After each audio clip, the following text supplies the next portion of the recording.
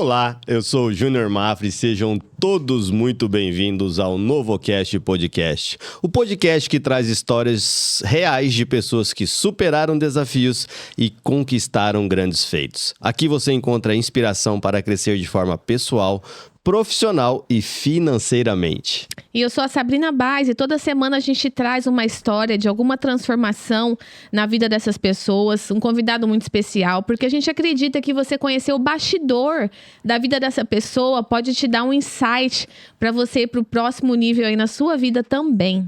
Seja você um empreendedor, um profissional buscando evolução ou alguém que deseja dar um novo rumo à sua vida. Esse podcast é para você. Aqui exploramos erros, acertos e aprendizados que podem fazer toda a diferença na sua jornada.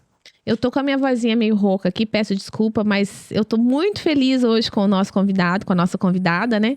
Porque a gente recebe hoje aqui uma voz que vem transformando a vida de milhares de mulheres, usando a sua própria jornada como prova de fé, propósito e recomeço. A nossa convidada é uma comunicadora destemida, que ouviu o chamado para seguir um caminho totalmente diferente do que a sociedade esperava. Ela viveu uma história de superação, enfrentou os traumas de uma infância marcada por sentimentos de inferioridade e a busca por aceitação na adolescência. Por quase 10 anos, ela trilhou uma linda trajetória de sucesso no mercado financeiro, trabalhando em uma cooperativa de crédito, onde as planilhas e os números ditavam o ritmo da sua vida profissional. E em um momento de decisão, guiada por uma voz, ela escolheu abandonar tudo para se dedicar a uma missão muito maior. E essa missão a transformou em uma pregadora católica, evangelizadora digital e mentora que não para. Com um testemunho poderoso de vida, ela viaja o Brasil todo, seja de ônibus, seja de avião, levando a palavra de Deus e compartilhando a sua experiência com autenticidade. Com uma linguagem clara e cheia de unção, ela guia sua comunidade em temas como a verdadeira essência da mulher, a importância de ser o alicerce para a reconstrução do lar e da família, provando que, ao se fortalecerem, as mulheres são capazes sim de mudarem as suas vidas e de impactar positivamente toda a sua comunidade. Ela é fundadora da comunidade Mulher Virtuosa e apresentadora do programa Consultório de Alma. Ela construiu uma carreira na fé e provou que é possível ter uma vida rica em propósito, não importando o seu passado. Então, seja muito bem-vinda ao NovoCast Podcast, Juliana Rachid, mais conhecida como Ju Rachid. Que alegria! Muito obrigada. Gente, eu vou querer esse texto. Não. Nosso diretor ali, ó. O diretor, não, arrebentou. Eu tenho que fazer um pix agora. O pitch foi bom. Rapaz, poxa vida, eu fico muito feliz, muito agradecida pelo convite, por essa recepção tão bonita. Muito obrigada, é uma alegria estar aqui. A gente que agradece. Muito obrigado. Bora? Vamos lá? Pode começar. Juliana, por quase uma década você trilhou uma trajetória de sucesso no mercado financeiro. Daí você tomou uma decisão que, como você mesmo disse, embora difícil, se tornou necessária. O que é necessário para tornar uma decisão tão importante assim? Reflexão, oração, diálogo. Toma a decisão e se prepara mental, emocional e financeiramente. Como não paralisar diante da decisão de deixar um futuro seguro e seguir uma voz, um propósito totalmente diferente? E como não se arrepender depois? Vamos lá. Eu acho que essa última é a de milhões, né? Sim. Bom, eu falo muito com o público feminino, especialmente com mulheres que chegam a uma certa altura da vida, questionam se o mercado de trabalho é realmente para elas. Elas começam a colocar na balança se elas devem permanecer trabalhando ou se devem dedicar-se mais à família. E eu vivi esse processo, né, de fazer uma escolha. Embora eu sempre tenha entendido que o meu trabalho não me tirou da minha casa. Ele exigiu de mim algumas competências, como organização, como diligência, como constância. Ele me forçou a performar bem, tanto em casa quanto fora de casa. Quando eu deixei o mercado financeiro, eu não deixei porque eu tinha alguma culpa ou desejo de viver algo na minha família. Não era esse o propósito. Foi porque realmente eu cheguei em um momento da minha vida que eu precisei fazer uma escolha. Por quê? Porque eu trabalhava às 8 horas do meu dia, cuidava da minha casa, da minha família, cuidava das minhas coisas e também evangelizava já na internet. Com essa quantidade de coisas acontecendo, o tempo é limitado para todo mundo. Então, eu precisei fazer uma escolha baseada na disposição do meu tempo. Onde eu iria colocar mais o meu tempo? Então, eu cheguei nesse momento para conversar com meu esposo. Nesse cenário da minha vida, eu estava entrando em um quadro de estresse. Eu não percebia. Quem percebia era o meu esposo. E foi ele que falou, olha, eu queria muito que você passasse numa consulta para ver como você tá. E quando eu passei na consulta, realmente eu já estava entrando num quadro de estresse que eu não notava, porque eu realmente fazia muitas coisas mesmo. O que aconteceu? Uma vez que eu entrei nesse cenário de estresse, chamei o meu esposo para conversar. Falei, olha, amor, aconteceu isso, realmente você tá certo. Tem várias coisas que a gente precisaria ajustar. E agora a gente tem uma escolha para fazer, porque realmente não tem mais como eu conduzir tudo do jeito que eu estou conduzindo. O que a gente faz? Vamos ter que deixar alguma coisa. E aí ficou de um lado da balança o mercado financeiro e ficou do outro lado da balança o propósito de evangelização que eu já desenvolvia na internet. No mercado financeiro, de um lado, eu tinha grande capacidade, grande chance de crescimento, um salário muito maior que a média de tantos brasileiros e brasileiras no país, então eu ia bem, estava tudo uma bênção. E do outro eu tinha evangelização digital que estava começando, eu sabia que eu poderia crescer ali, mas não sabia muito como. Colocamos isso na balança. Falou mais alto a vontade de Deus, a conversa com meu esposo, o desejo genuíno de evangelizar. Para isso, como é que eu tomei essa decisão? Primeiro, alinhamento conjugal. Então, jamais tomaria uma decisão de sair do mercado de trabalho sem um alinhamento com meu esposo, até porque a minha renda complementava muito em casa. Sim. Então, eu precisei desse alinhamento com ele. Então, conversa.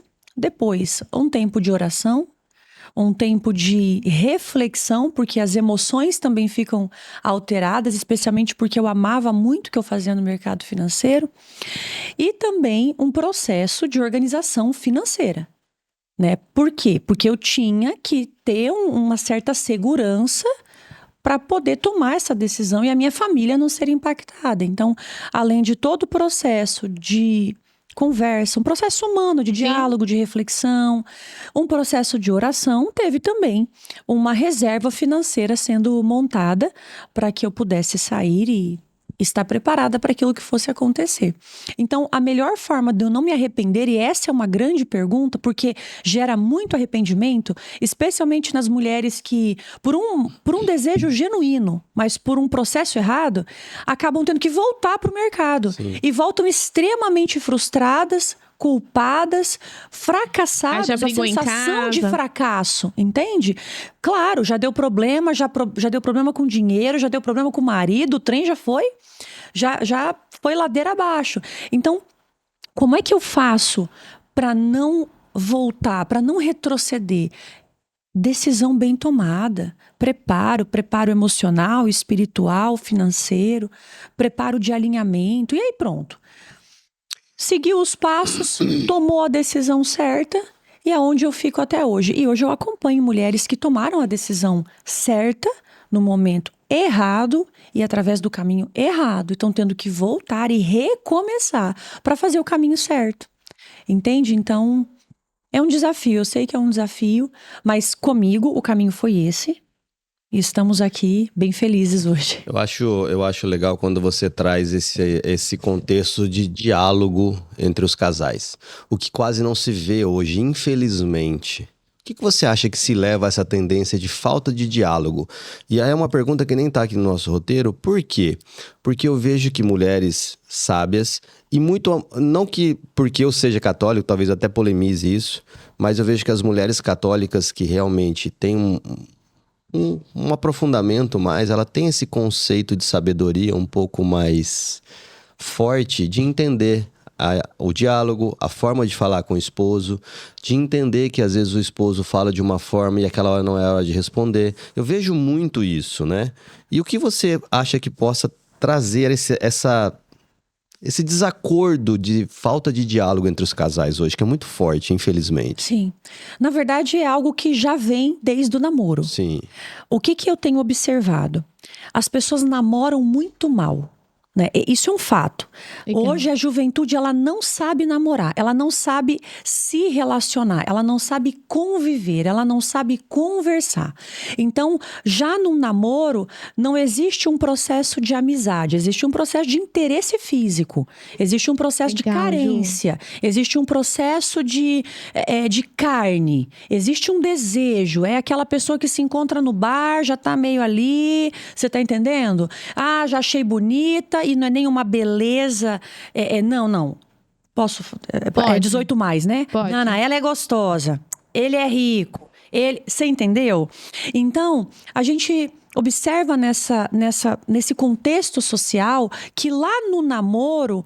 Lá no primeiro contato, a gente não encontra valores robustos, a gente encontra muita coisa carnal, muita coisa material, muito desejo, muita carência.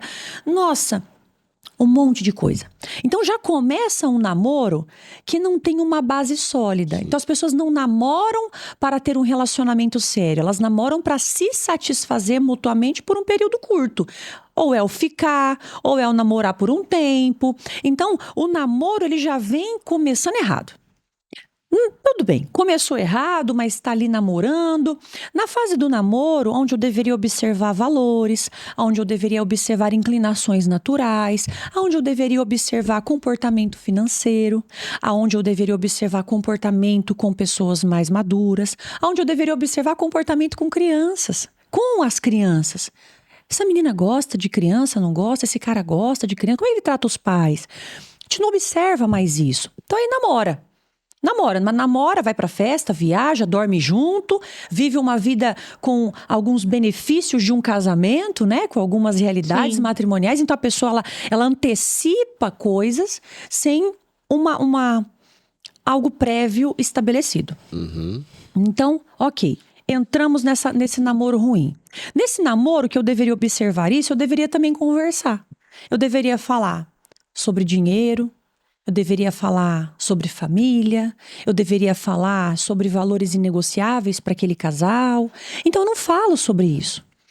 Mas eu tô apaixonada, né? Eu tô curtindo. Eu saio, eu me arrumo, de novo, tudo na carne. Eu tenho que estar bonita, eu tenho que ir num lugar bacana, eu tenho que se apaixonar. É um namoro na carne.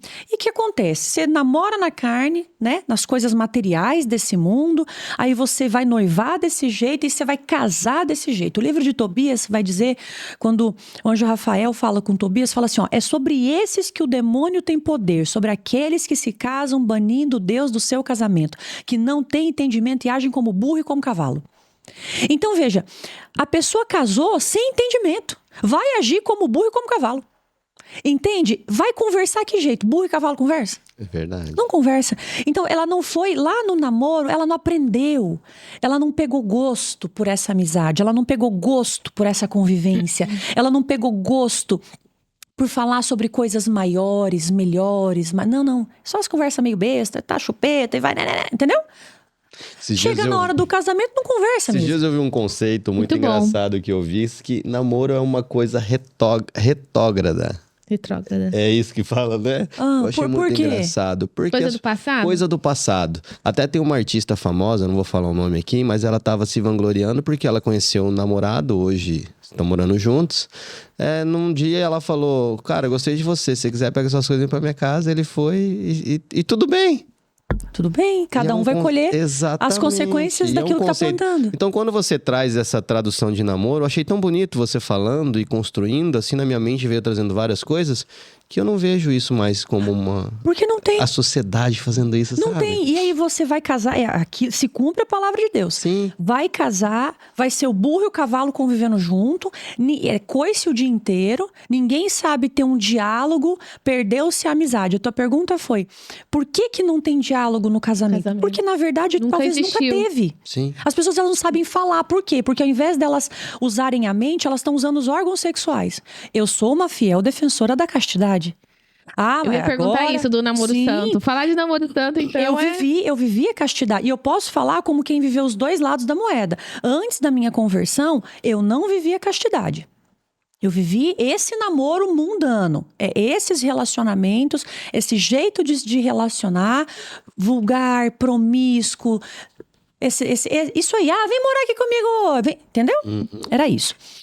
Depois que eu me converti, eu vivi um processo, claro, todo mundo vive um processo. Quantos anos você tinha, né? Eu me converti com 17. Com 17 anos. E depois que eu me converti, com o meu marido, nós vivemos a castidade, 4 anos. E é muito bonito. Eu amo essa parte da minha história. Que lindo. E por isso eu amo o livro de Tobias, porque também tem muita referência com aquilo que eu vivi no meu passado e também olhando para a história do meu esposo, não é? Quando nós nos casamos, eu quis viver a castidade. Quando nós namoramos, eu quis viver a castidade. Por quê? Porque eu já tinha vindo de uma série de relacionamentos frustrados, ruins. Nossa, ruim. Depois que eu me converti, chegou um ponto ali que eu falei, nossa, mas queria ter uma pessoa que realmente fosse viver comigo aquilo que é da vontade de Deus. E na igreja tinha uma frase assim, que a menina fica procurando o seu José, né? E aí era dia de São José, eu estava no Instituto São José aqui em Campo Grande, e eu comunguei, ajoelhei e falei assim, Senhor, eu quero um Josézão. Amém. Tem que ser Josézão. Não dava pra dizer Josézão. Não José amém. Normal. Eu não, sabe aquela hora assim, se entrega? Eu falei assim, amém. Nunca mais pensei nisso. E o meu marido, sem sombra de dúvidas, é o meu. Josézão. É o meu Josézão. Ao passo que eu vivi essa vida toda desregrada, meu marido, ele sempre foi da igreja. Meu marido, com 8 anos de idade, já estava na renovação carismática, tocando em grupo de oração, cantando com a avó dele. Meu marido nunca saiu da igreja. Meu marido se casou comigo virgem. Nossa, nós vivemos a legal. castidade durante os 4 anos que nós ficamos juntos. E para mim, para nós, é um motivo de honra. Porque nós somos fiéis àquilo que a palavra nos pediu. Nós vivemos um namoro, nós conversamos sobre as coisas. Eu pude observar nele, eu não casei enganada. Eu pude observar nele comportamentos bons, comportamentos ruins, ele pôde observar isso em mim e nós conseguimos construir, na época do namoro, e por isso eu falo com propriedade, nós conseguimos construir no namoro um conjunto de valores inabalável. Não tem plano B, a gente falava sobre isso. Não tem plano B, mas é porque se não der certo. Não vai dar certo. Não, mas você não fez um test drive antes? Falei, pra que eu vou fazer um test drive se eu conheço quem construiu o carro?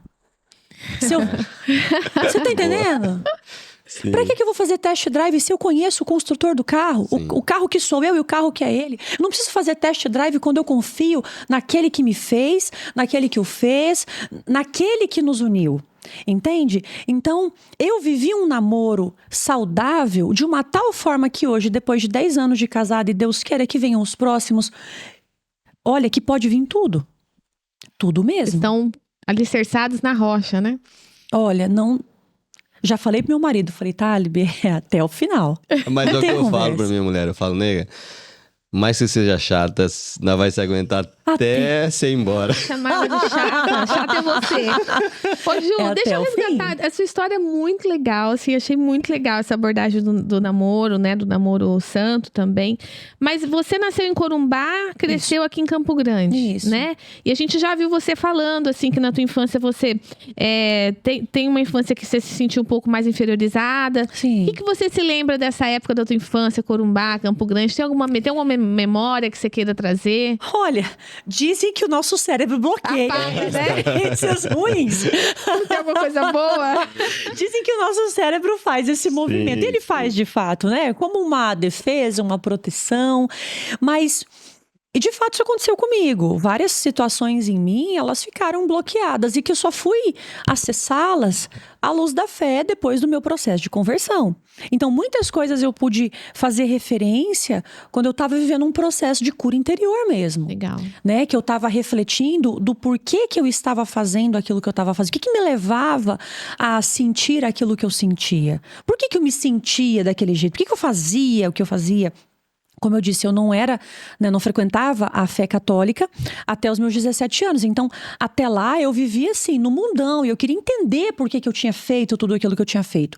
E nesse processo é que eu fui buscando resgatar na memória alguns espaços. Então, sim, eu tenho algumas lembranças da minha infância, todas elas muito atreladas à minha imagem, né? Quando eu prego sobre isso, eu falo muito, eu vou contando, né, que eu era uma criança feia.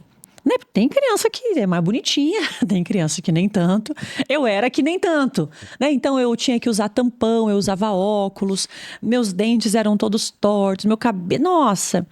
E isso foi me trazendo, dentro de um contexto escolar, foi me trazendo algumas marcas de rejeição. Ah, sabe Bullying. aquela. Sim, aquela cena assim de estar dividindo o time. Isso é uma cena que eu lembro muito, de estar dividindo o time, eu era a última. Tipo, sou. Vai você mesmo. Sabe, de ter sempre a rejeitada, a que Nunca ser sobrava, né? Sobrou, e aí, ao invés do time que me recebeu se alegrar, não, pô, que saco, pô, ela veio, entendeu? Então, isso foi gerando em mim e foi deixando, sim, algumas marcas que, depois de muita reflexão, foram justificando, né? Não justificando, mas foram explicando alguns comportamentos que eu vivi. Na adolescência, por exemplo. Na adolescência, sim, porque, gente, a fase do bebê vai refletir na primeira infância. A primeira infância vai refletir na pré-adolescência. A pré-adolescência vai refletir na adolescência.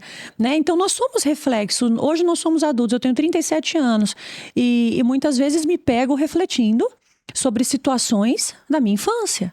E aí você foi pro colégio militar, super rígido, você cumpria todas as regras, era uma aluna bem comportada. Tinha que cumprir. Mas assim, eu sou muito grata a essa experiência de ir pro colégio militar, né? Eu gostei. Falo hoje que gostei não pelo colégio em si, mas por alguns valores que eu carrego até hoje. Legal. E que me fizeram chegar, inclusive, profissionalmente em lugares onde eu cheguei. Para além de conteúdos acadêmicos, alguns valores como hierarquia, obediência, pontualidade, tudo isso veio dali. Veio dali. E eu tenho muito, muito respeito por aquilo que eu aprendi ali. Eu aprendi, assim, olha, eu vou ser bem honesta. Eu aprendi a olhar a minha história e a contar a minha história de um jeito mais positivo. Porque não adianta eu ficar... Concordo com isso também. Sim, não adianta eu ficar contando essa história com o olhar da vítima sofredora, né? Porque a vítima sofredora, ela não muda. Porque sempre a culpa é do outro. Mas é porque fizeram bullying comigo. Mas é porque falaram isso de mim. Então a vítima sofredora, ela não tem espaço para mudar. E depois que eu me converti e eu comecei a viver um processo com Deus... Eu não queria mais ser a vítima. Eu não sou vítima, eu sou filha amada.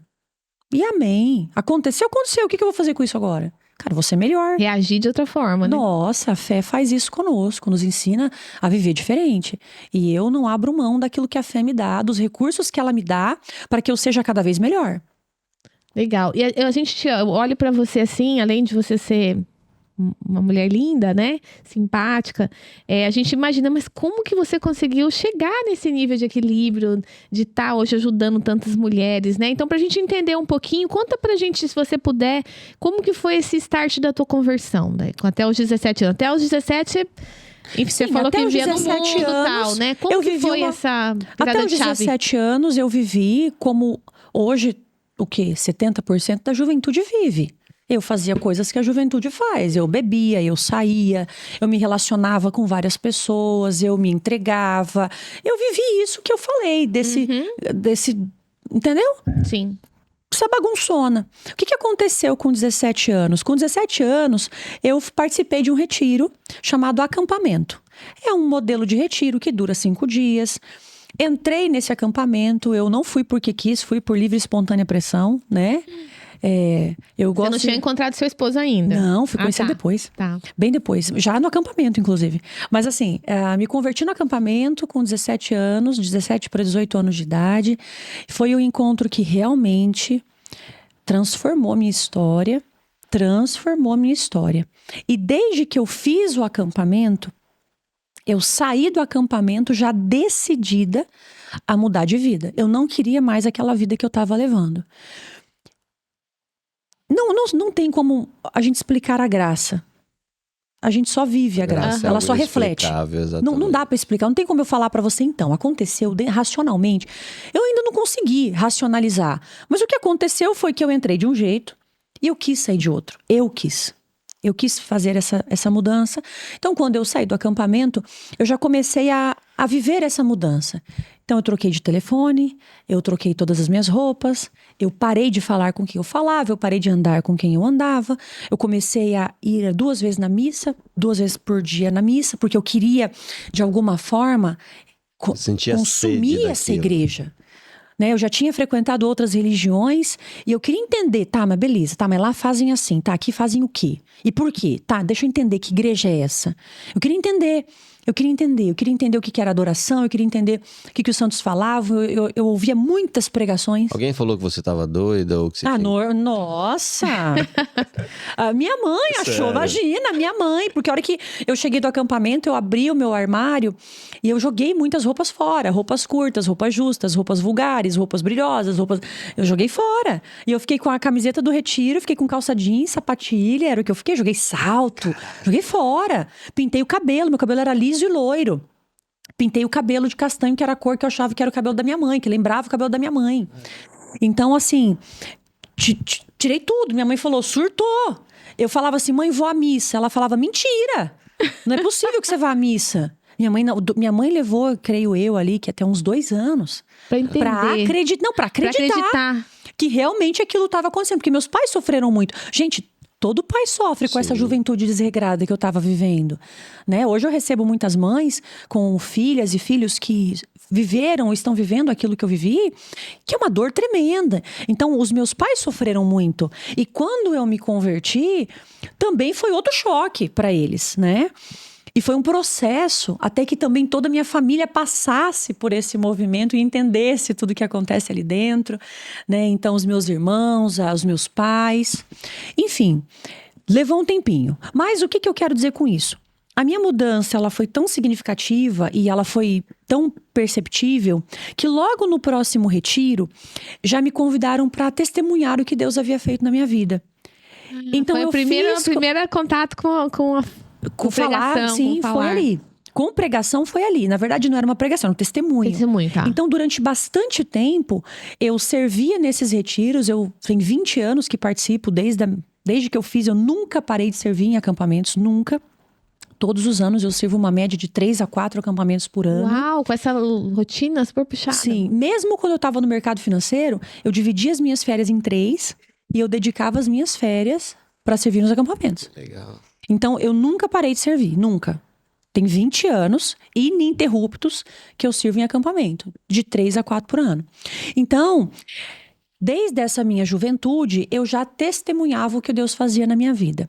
Numa certa idade, conheci a irmã Zélia. A irmã Zélia veio aqui em Campo Grande, foi lá no sítio e me conheceu, a gente se conheceu e ela começou a me levar junto com ela. Quem conhece a irmã Zélia sabe que ela anda com muita gente. Anda com quem toca, com quem canta, ela anda com muita gente. E eu comecei a andar com ela. E nessa história de andar com ela, ela falou assim, escuta, eu vou fazer uma pregação, faz animação antes. Porque eu já testemunhava, ela já via que eu fazia as animações, já via que eu rezava com o povo, e vai lá e faz. E ela começou a ir me soltando, agora quem vai fazer a pregação no começo é você. Você começa e eu termino. Agora sou eu, depois você entra para rezar com o povo. E ela foi me dando esse espaço e isso foi me formando já como uma pregadora. O que me forçou a ter que estudar mais, a ter que buscar mais. Eu já vinha de um processo de muita leitura de cura interior, porque era o processo que eu vivi particularmente, não é? Mas depois eu precisei de um processo de aprofundamento, de conhecimento da palavra, de ouvir muitas pregações, de conversar com muitos padres. A quantidade de missas influenciou muito, porque muitas homilias, né? Então você vai vai adquirindo um certo repertório de fé, um conhecimento de fé. Muita leitura do catecismo, muita leitura do Livro dos Santos. Eu tenho alguns que são mais próximos e que eu gosto mais. Então, comecei a me alimentar daquilo ali. Então, da minha juventude até a minha fase adulta, eu comecei a evangelizar. Então comecei a sair para pregar e para anunciar. Nessa história eu já namorava meu marido toca e canta, então a gente já ia junto. Enfim, e foi assim que entrou a questão da pregação na minha vida. Então já tem 20 anos, desde que eu me converti. E isso você fez faculdade paralela com tudo isso? Se você não pensou em... o que eu tô fazendo nessa faculdade? Se o que eu gosto mesmo é de... Olha Como só. foi esse processo para quem tá passando por isso, assim, de repente... Cara, eu fiz faculdade de Direito, fiz na Universidade Federal aqui. E uma coisa que sempre foi inegociável pra mim, e eu mantenho isso até hoje, que é o fato de eu começar as coisas e terminar. Aprendi no colégio militar. Se você se propõe a fazer algo, mesmo que não seja efetivamente ali, talvez o teu chamado, houve uma decepção, cara, você começou, você termina. Então, pra mim, era impensável começar uma faculdade e não terminá-la. Não dá pra você deixar as coisas pela metade. Desde criança, lá em casa minha mãe tinha uma frase, né? Primeiro a obrigação, depois a diversão. E na obrigação eu preciso fazer na completude. Eu vejo que isso é um problema tremendo hoje, porque a pessoa começa 2, 3 faculdades, emenda com curso técnico. Caramba, ela não faz nada até o fim. Então, eu fiz faculdade, eu fiz durante todo esse processo, eu finalizei, eu tirei minha OAB, eu advoguei por um tempo, eu vivi esse processo. Quando chegou a tomada de decisão por eu não advogar mais, foi quando eu me mudei para o Pará. Quando eu fui para o Pará, que é uma terra muito... É onde você mora agora, né? né? É onde eu moro hoje, é uma terra muito diferente daqui. Então, quando eu fui para lá, o que aconteceu? Eu não quis advogar porque eu não sentia segurança, né? Ali, a maior parte é direito ambiental, é uma realidade diferente. Eu não sentia muito segura ali. Eu não tinha especialização em ambiental, eu não queria. Eu não queria. E foi nessa que eu entrei no mercado financeiro. Foi nesse contexto. Então, veja, são ciclos que vão se encerrando e a própria providência, ela vai impulsionando você. Então, nesse caso, eu vivi a minha faculdade, eu entreguei a minha faculdade, eu fiz o exame da ordem, eu passei no exame da ordem. Então, assim, na minha cabeça... não passei, eu ia fazer de novo, até passar. Mas é porque não era. Tudo bem, mas olha só que coisa. Isso me mostra o quanto eu sou capaz de fazer as coisas.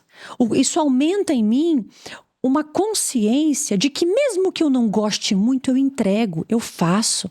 Isso é muito bom. Porque hoje a gente vê uma turma, não só de jovens, mas de adultos também, que não tem essa disposição interior para cumprir as coisas. Aí tudo é difícil. Sim. A pessoa, no trabalho ela é difícil, na faculdade ela é difícil, tudo é difícil. Aí no difícil ela para. Para mim, isso não é negociável. Você acha que o meio influencia muito? Tudo. Hoje? Não influencia muito, influencia tudo. Tudo. O nosso comportamento, ele é sim moldado pelo ambiente em que nós convivemos. Familiar, estudantil, comunitário, fraterno, de sociedade, influencia. Eu sempre costumo dizer, e você veio trazer isso mais forte, sobre conhecimento. Eu sempre digo que lugares, pessoas e conhecimento mudam qualquer pessoa. Muda tudo, muito, cara. Muito. Tudo. Eu vou além do muito, muda tudo. O ambiente muda tudo. Vai parecer que é papo de coach, sim, mas não é, gente. Exatamente. Não é. Basta você tomar por referência, e infelizmente temos isso como referência, mas pegue uma pessoa que mora no lixão. A pessoa que mora próximo ao lixão, ela está acostumada com o cheiro. O cheiro, que se a gente passar lá, a gente se incomoda, para ela é normal. Ela não vê diferença. E isso é o quanto o ambiente nos molda. Nem o cheiro a gente sente, ainda que seja forte. A gente falava sobre academia. Não sente a diferença. É aquilo. Então, o meio, ele exerce um papel muito, muito poderoso. Principalmente para criança e adolescente que está se formando também. Com certeza. O ambiente familiar é determinante, o ambiente estudantil é determinante. O ambiente, cara, é... Ô Ju, e me fala uma coisa ainda na tua jornada profissional, até onde você chegou. Quando que você se conectou com o digital daí? Pois é. Aí, o que aconteceu? Lembra que eu já venho pregando desde a juventude, né? Então, desde sempre eu fiz isso. Quando eu morava aqui, eu evangelizava muito aqui. E por a gente estar em Campo Grande, que é meiãozão do Brasil, qualquer lugar você chegava e saía final de semana. Eu saía na sexta-feira, pregava final de semana, voltava, segunda-feira estava lá batendo meu pontinho. Então, eu sempre fiz isso. E meu marido sempre junto comigo. Essa era a nossa vida até a gente mudar para o Pará. Quando eu mudei para o Pará, só para vocês terem uma noção, de onde eu moro até o aeroporto mais próximo, que é onde eu pego o voo, que é em Sinop, a gente está falando de 10 horas. São 10 horas. Então, se são 10 horas para eu viajar, mais o tempo do avião, que às vezes são 2, 3 conexões a depender do local, eu tô falando de 2 dias de viagem antes da missão. Então, imagina que para eu sair para pregar um acampamento de 5 dias, eu fico 9 fora. Porque são 2 para ir, 2 para voltar e os 5 que eu tô pregando no retiro. Quando eu saio para pregar um final de semana, que são 2 dias, não são 2, são 6. 2 para ir, 2 para pregar e 2 para voltar. Qual cidade vocês estão do Pará? Novo Progresso. É sul do Pará. Bom, eu acho que eu posso dizer que é o sul do Pará. Eu já morei em Sinop. Baita cidade, isso. Maravilhoso. O que levou vocês a Novo Progresso? A família do meu marido. Ah, que legal. A família do meu esposo mora lá até hoje. Eles tiveram uma situação familiar e pediram muito que meu esposo fosse. Nós já éramos casados há 1 ano e meio. Meu esposo nunca quis voltar. E eu também nunca pus resistência. Mas eu falei, vamos rezar, né? Porque Deus vai falar. Sim. Nós rezamos 1 ano e meio. E Deus foi dando algumas confirmações ao longo desse 1 ano e meio. E aí fomos pra lá. Nos mudamos pra lá. E aí entra o digital. Porque pra quem é missionário, de verdade, assim, raiz, cara, você não consegue ficar sem falar de Deus, assim. Você não consegue. Eu não consigo. E aí, quando eu mudei pro Pará e eu não conseguia mais sair pra pregar, e a gente recém-chegado na paróquia, só tava tocando na missa, né? Eu falei, meu Deus, e agora? O que eu faço? E eu liguei pra irmã Zélia, eu lembro que eu falei assim, irmã, minha vida tá cinza. Eu não consigo evangelizar, eu não consigo fazer nada. Eu tô aqui, nesse lugar que eu não saio, não chego, ninguém vem. O que eu faço? Ela falou assim, irmã Zélia, né? Vai rezar que Deus vai falar com você. Eu falei, tudo isso de resposta? Ela falou, vai rezar que Deus vai falar com você. E naquele dia, eu comecei um cerco de Jericó, na minha casa. Era época um pouquinho de pandemia ali, eu mesma estava com Covid, afastada 10 dias da agência. E comecei a rezar. A hora que eu me ajoelhei para rezar, Jesus disse no meu coração, uma locução interior. Ele falou, olha, aquilo que você compartilha gera mais fruto que o que você faz sozinha. Aí eu falei, bom, se eu ia rezar sozinha, então, vou abrir uma live aqui no Instagram. Vou fazer junto. E aí eu comecei a abrir lives para rezar. Então, minha primeira campanha de oração foi um cerco de Jericó, que dura 7 dias. E quando chegou o final de 7 dias, quem me acompanhou falou assim, e aí, qual que é a próxima? Qual que é a próxima? E eu fui indo, de próximas em próximas. Esperava 1 ou 2 semanas e ia com uma novena. Rezava uma trezena. Teve épocas que eu rezei 31 dias, eram 31 lives. Em cada live eu refletia sobre um capítulo de Provérbios. E eu fui indo. Teve uma época que eu fiz 90 dias, que foram os 90 primeiros salmos, né? Teve época que eu fazia desafio da madrugada. Eu falava, agora não vem ninguém. Vai estar só eu e eu, eu e Deus nessa live. Aí quando eu via, tinha lá 15, 20, 30 pessoas. E isso foi me dando cada vez mais gás para continuar na internet. Então eu comecei assim e a coisa foi indo. E aí chegou um ponto e me incomodou a hora que eu tava ali, cara, levantando de madrugada, rezando com o povo. E eu via só conteúdo porcaria viralizando. Mas começou a me dar uma raiva. Era dança, era sensualidade, era promiscuidade, sabe, é só conteúdo ruim. Eu falava, gente, esse povo sabe algo que eu não sei. Porque não é possível que essa porcaria tá chegando em tanta gente e eu que tô falando de Deus, promovendo a família, que eu tô elevando essa mulher, tô ensinando ela a rezar. Cara, tem algo errado? Eles sabem uma coisa que eu não sei. E aí foi nessa que eu falei, preciso melhorar. Comecei a procurar pessoas. Primeiro, comecei a procurar designer para poder me ajudar com as artes. Depois, eu tirava dinheiro do meu salário para bancar esse pessoal, né? Comecei a procurar um designer, comecei a procurar isso 6, 7 anos atrás. 6 anos atrás. E aí, fui indo. Tudo dava errado. Mas tudo dava errado, cara. eu fazia um post de uma foto escrevendo um texto, e daí na época tinha lá 100 curtidas. Aí o design que eu paguei, caro, aquela arte tinha 2. Falei, Alguma coisa errada. cara, não é possível, continue errado. Mas eu fui tentando, eu fui tirando o dinheiro do meu salário e eu fui investindo ali. E eu troquei de celular para ter um celular melhor e consegui fazer live melhor. E eu fazia da minha casa mesmo, aquela coisa improvisadona. Eu falo que o meu primeiro tripé, e de fato foi uma caixa onde eu guardava farinha. O meu primeiro tripé, né? Então, era o material que eu tinha. Sim. E eu fazia com o que eu tinha. E eu fui indo. E aí, quando eu tava na licença maternidade do meu segundo filho, do Naim, eu tava nesse processo. Fico em casa, vou embora pro mercado de vez, fico mesmo e cresço mesmo na carreira, ou volto pra casa. E aí apareceu a oportunidade de uma mentoria. E aí, rapaz, era cara, hein? Era cara. Porque tudo no digital, gente, é uma fortuna. E pra mim era uma fortuna aquilo. E eu falei, amor, chamei o Talib de novo. Conversa, vê como é bom? Sim. Como é bom construir as coisas. Falei, amor, é o seguinte, tem essa mentoria. Pode falar o preço, né? Falei assim, pra mim era caro, tá? Talvez pra outros é troco, mas pra mim... Falei assim, amor, é 25 mil reais. Ele falou, o quê? Você tá louco? 25! Eu falei, então, mas assim, eu tenho na poupança. Mas e se perder esse dinheiro? Falei, não, se perder, pelo menos não vamos dever. Se perder, já não tá devendo ninguém. Mas tem certeza? Falei, amor, eu lembro que eu falei desse jeito. Eu falei assim, se eu não acreditar em mim, quem que vai acreditar? E eu acredito em mim, eu acredito na mensagem que eu carrego. E eu queria muito. Ele falou assim, tá bom. Então eu vou pagar metade. Ah, legal. E eu falei, Encorajou. então vamos pra cima. Pegamos aquele dinheiro, pagamos, ele pagou em uma, eu paguei na outra. E eu entrei. E não é só pagar, né? Sim. Eu chegava do trabalho, tava de Estudar. uniforme, tava com as crianças no colo. E ele pegava uma, eu pegava a outra. E enquanto eu tava fazendo aula, ele tava com as crianças. Durante muitas madrugadas, ele fazia as crianças. Ele já estava dormindo com as crianças. Ele ficava no período da noite com as crianças para que eu pudesse fazer aula, para que eu pudesse me especializar, para que eu pudesse conversar, para que eu pudesse produzir. Muito do conteúdo lá de antigamente, né, há uns 2 anos atrás, era feito 11 da noite, meia-noite, 1h, 4 da manhã, que muitas vezes eu tinha que levantar 4h30, 5 horas para conseguir produzir. E foi esse processo de aprendizagem muito difícil no começo, muito desafiador no começo, mas foi o que me abriu as portas para o marketing digital. Então, essa raiva, né, que veio nesse primeiro momento também me colocou Você converteu aqui em hoje. força pra... Com certeza.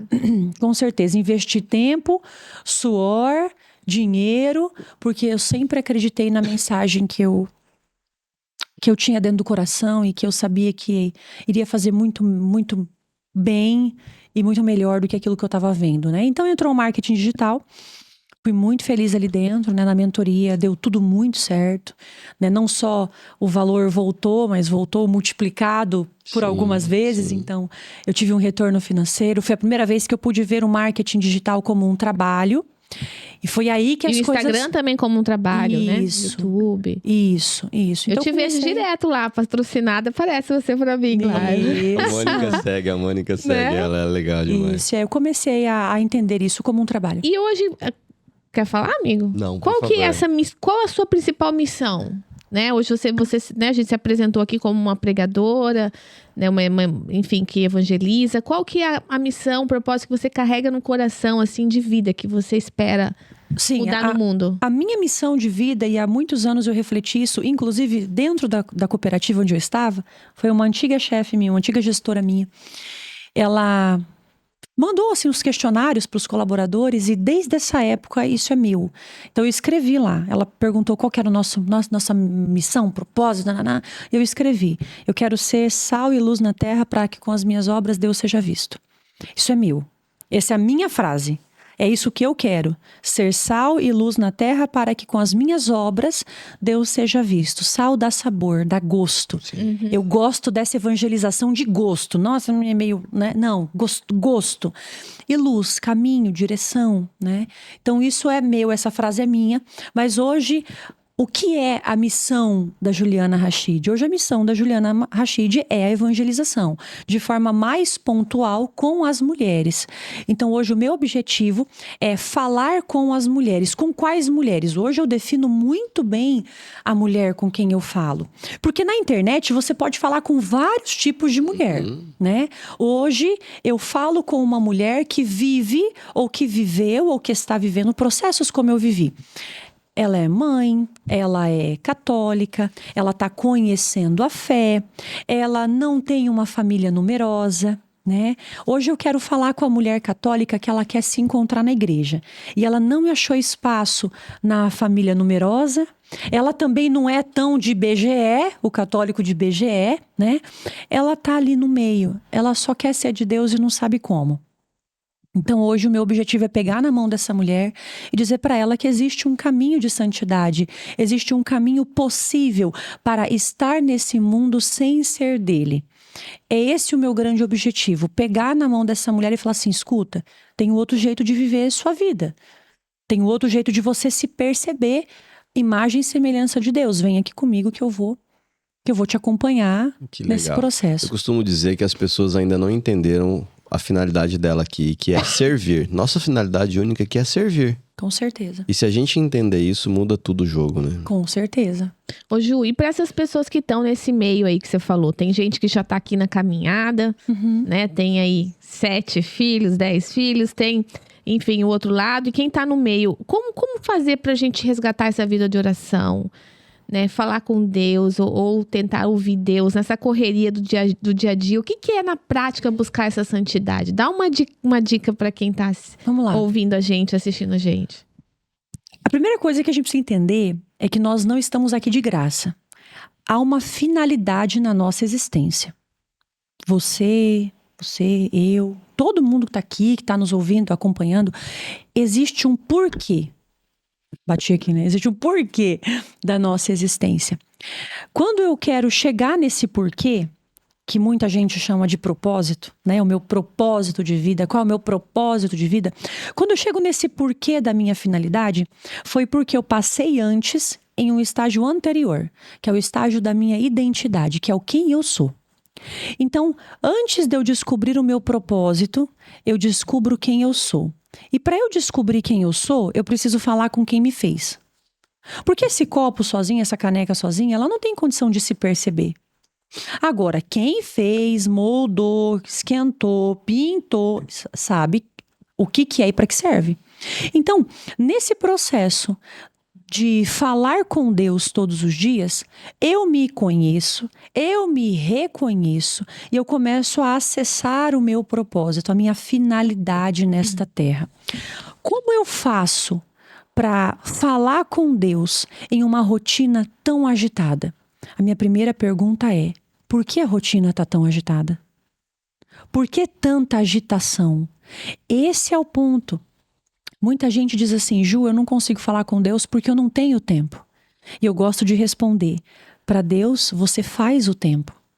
Não é o tempo que te sobra, é o tempo que você faz para Ele. Uma vez que Ele é prioridade, eu faço o tempo para Ele. Na minha agenda tem o espaço e tem o tempo dele. Qual é o tempo com Ele que eu vou ter no meu dia? E uma vez que eu sou capaz de dar ao Senhor prioridade, todo o resto se alinha. Essa vida agitada que me impede de falar com Deus é porque Deus já não está na minha vida. A palavra de Deus vai dizer que quando a gente anda com Ele, o nosso peso, o nosso fardo é mais leve e o jugo é mais suave. Jugo, e a gente tá aqui no Mato Grosso do Sul, eu presumo que o pessoal saiba mais, mas jugo era aquele instrumento de madeira que fica no lombo do boi quando os bois puxam um carro de boi, quando vai arar a terra, os antigos carros de boi. O jugo era aquela madeira que pareava os bois. Então, por que a gente anda tão cansado? Por que a gente anda tão estressado? Por que a gente anda tão agitado? Sabe por quê? Porque eu tô do lado do jugo, mas do outro não tem ninguém. Aonde era para estar Jesus, não está. Então eu tô carregando tudo sozinha. Eu tô tentando no braço, na unha. Eu tô tentando salvar meu casamento, educar os meus filhos, eu tô tentando prosperar financeiramente, eu tô tentando encontrar meu propósito, eu tô tentando aqui, ó, no meu braço, no meu sangue, no meu suor, na minha vontade. Tá tudo bem. Você vai por um tempo. Só que tá faltando Jesus aqui. E é Ele que faz o fardo que ficar mais leve. É Ele que faz caminhar na direção certa. É Ele que faz chegar em lugares que sozinhos a gente não tem como chegar. Então essa vida agitada é porque a pessoa está sozinha na vida dela. Ela é a rainha ou o rei da sua própria história. Ela se basta. Ela não precisa mais de Deus. Ela paga, ela compra, ela vive, ela manda, ela desmanda, ela resolve. É ela. É ela. Então, nesse estado em que ela manda, ela se agita. Ela se agita. Essa agitação da vida tremenda é escolha dela. Já parou para pensar que a vida que essa pessoa está levando, ela está escolhendo viver? Todo dia essa pessoa escolhe essa agitação, né? Então, como é que eu faço para rezar? Você vai ter que começar a escolher. Você quer continuar tendo essa vida ou você quer viver uma vida diferente? Ah, mas é porque eu preciso. Será? Ou você acha que precisa? Eu achava que eu precisava do mercado financeiro. Bom, descobri que não preciso. Na prática, a gente pode tentar acordar 1 hora mais cedo, né? Dormir antes da casa acordar, você tentar se organizar um tempinho pra você. Tem que, na prática, achar uma solução ali pra sobrar esse tempo, né, Ju? Na prática, eu gosto de trabalhar 3 virtudes. A virtude da ordem, a virtude da diligência e a virtude da constância. Pra mim, são as 3 virtudes que fazem de uma mulher virtuosa. E de um homem virtuoso, tá? Isso serve pra tudo. Eu falo de mulheres porque é mais a turminha que eu atendo, não é? Mas assim, a ordem não é só sobre agenda, não é só sobre gaveta arrumada, não é só sobre isso. Esse tipo de ordem exterior revela uma ordem interior. E quando a gente fala sobre ordem interior, tem um livro chamado A Virtude da Ordem, escrito por José Francisco de Almeida, salvo engano, e ele fala sobre os 5 dedos da ordem. Então, toda a minha vida, ela passa nesse filtro. O primeiro dedo da ordem, o maior dedo da mão. Quem estiver acompanhando podia escrever Deus aqui na mão, assim, ó. É Deus, é relacionamento com Deus. Então, a prioridade no meu dia é o meu relacionamento com Deus. Lembrando que servir em acampamento, trabalhar na pastoral da família, tá lá não é relacionamento com Deus. Okay. Isso é serviço, é missão. Isso não é relacionamento. Relacionamento com Deus é quando você cumpre a palavra de entrar no seu quarto, fechar a porta, é ali, a sós com Deus, falar com teu Senhor, nananana. É esse relacionamento que eu tô falando. Depois vem a família. Então, depois de Deus, vem a família. Depois da família, vem o trabalho. E depois do trabalho, vem o descanso, o lazer. Eu coloco aqui o autocuidado, no caso da mulher. E nesse 5º dedo, é o dedo da missão, é o dedo do transbordo. É o dedo, né, o menorzinho, é o dedo daquilo que eu devolvo ao mundo em caráter missionário, né? Então, toda a minha vida, ela passa nesse filtro. A minha rotina, a minha agenda, tudo passa nesse filtro. Se eu atendi o meu relacionamento com Deus, se eu atendi a minha estrutura familiar, se eu atendi a minha profissão, se eu atendi o meu descanso, porque isso também importa. E aí sim eu sou capaz de transbordar na vida do outro. Então, como eu faço na prática para inserir a vida de oração? Primeiro, não é só sobre dormir mais cedo para acordar mais cedo para rezar com o Frei Gilson que levanta às 4 para rezar o rosário. Não é só sobre isso. É sobre eu entender quem vem primeiro na minha vida. Porque se eu só resolver mudar o horário e levantar mais cedo para rezar, você até vai fazer isso 2, 3 dias. Mas se o Senhor não for essa prioridade, não vai se sustentar. E é esse o problema de muita gente. Começa a rezar, mas como não tem essa prioridade, não tem essa virtude entranhada, encarnada, ela não prospera na vida de oração. Ela não segue na vida de oração. Para no meio do caminho, né? Sim, ela faz 2, 3 dias, ela fala que vai rezar, daí já não rezou de manhã, reza meio-dia, aí já não rezou meio-dia, vai rezar de noite, quando viu já nem rezou. Ah, mas assim, Deus me ama, tá? Deus me ama. E ela vai embora. Então, Deus não é prioridade para ela. Então, como eu faço para rezar? Primeiro, é o movimento interno. O Senhor é prioridade para mim? Porque se Ele for, eu preciso arranjar o espaço dele. Qual é o espaço dele? É de manhã? É de tarde? É de noite? Eu sempre defendo, especialmente quando eu estava na CLT, que eu dormisse mais cedo, que a minha casa dormisse mais cedo e que eu me levantasse mais cedo para rezar. Provérbios 31, a partir do versículo 10, nós temos alguns atributos de uma mulher virtuosa. E lá, salvo engano, no versículo 15, vai estar escrito que essa mulher levanta-se ainda de noite para distribuir comida à sua casa e a tarefa às suas servas. Então, a mulher virtuosa, ela levanta mais cedo, porque ela se antecipa. Então, durante o tempo que eu estava na CLT, e que eu trabalhava as minhas 8 horas, eu precisava me antecipar. Então, eu levantava mais cedo para ter a minha vida de oração. Hoje, como eu moldo os meus horários com maior facilidade, então hoje eu levanto, eu fico com o meu filho, tomo café com o meu marido, eu vou para o treino e quando eu volto do treino, tomo café com a minha filha e depois eu já subo com ela para o escritório. Enquanto ela faz tarefa, ali onde eu estou enxergando ela ali comigo, eu estou fazendo a minha oração. E eu gosto que ela me veja rezar, inclusive. Né? Então, ela está fazendo a tarefa e ela está ali comigo enquanto eu estou vivendo o meu momento de oração particular. Então, hoje eu consigo mexer nesse horário. Mas durante muito tempo, eu precisei levantar mais cedo para isso. Mas é questão de prioridade. Não é só o horário. Percebe que a virtude coloca em mim uma prioridade. Deus vem primeiro. Como eu faço isso? Ele tem o horário dele. Vamos dar um recadinho? Claro, vamos lá. Você já segue o Novocast nas redes sociais, nas plataformas de áudio? A gente tá lá no Spotify, Apple Podcast, Prime Music, em todas as principais plataformas. É só procurar por Novocast Podcast. E nas redes sociais temos conteúdos exclusivos no Instagram e cortes especiais no TikTok. Então aproveita, se ainda não fez, curte esse vídeo, se inscreve no canal, ativa o sininho para não perder nada e vem fazer parte da nossa comunidade aqui no YouTube. Obrigado por estar conosco aqui. Eu tô amando, eu tô rabiscando tudo aqui, ó.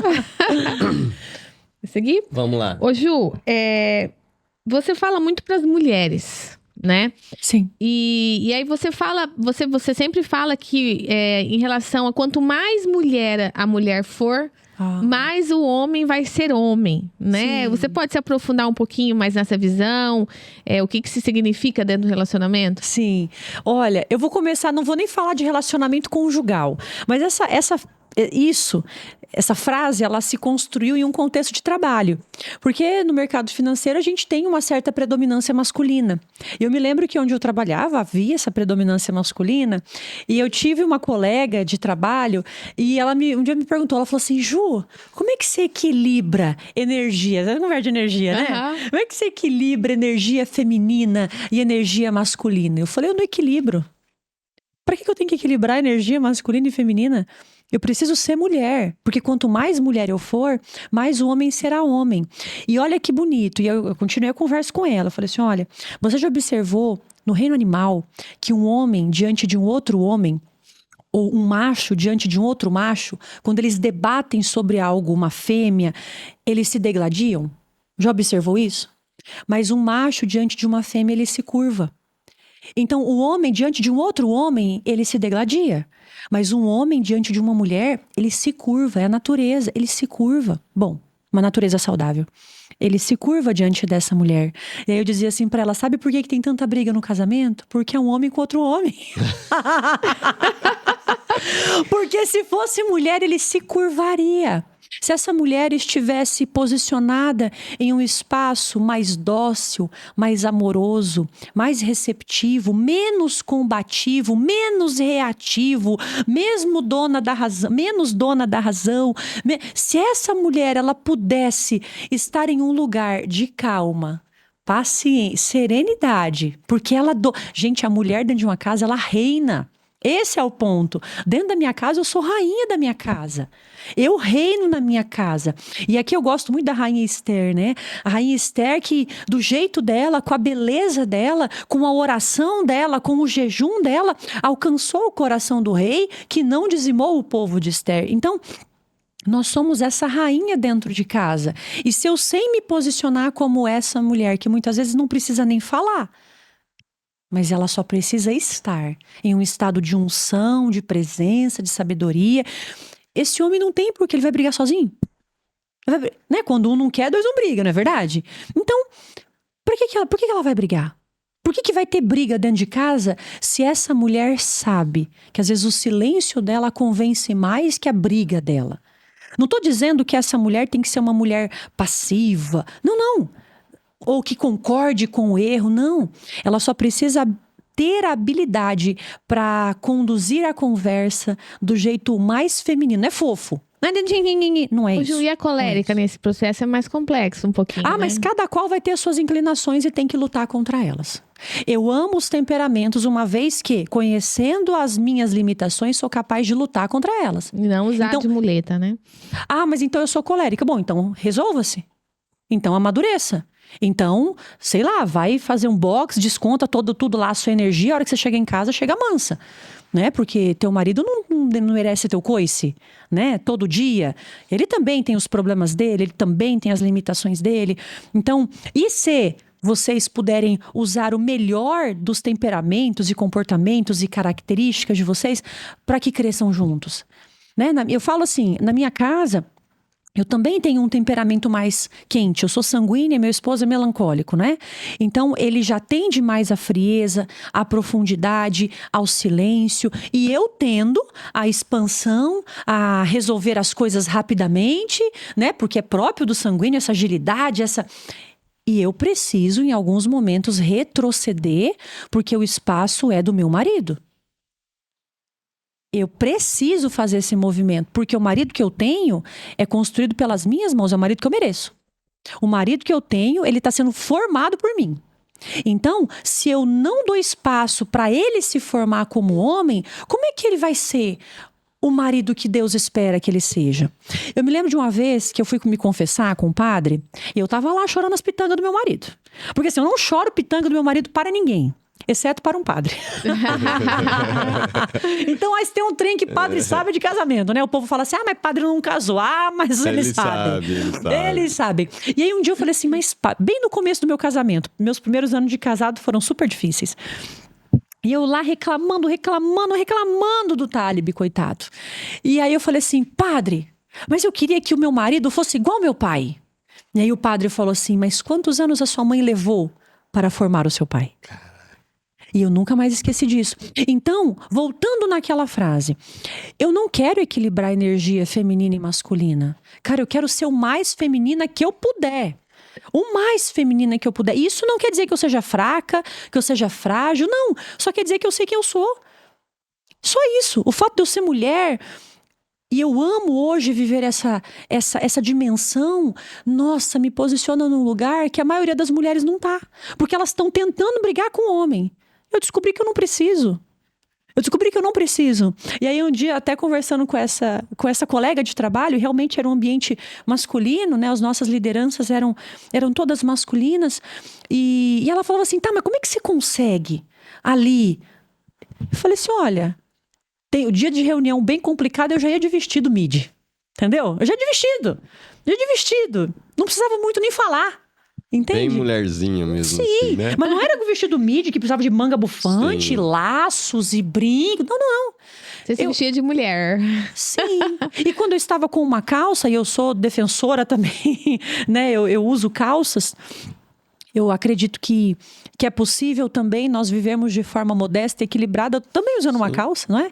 Então, quando eu uso calças e uso isso a meu favor, né? Eu uso isso da forma mais feminina, uso essa vestimenta da forma mais feminina possível.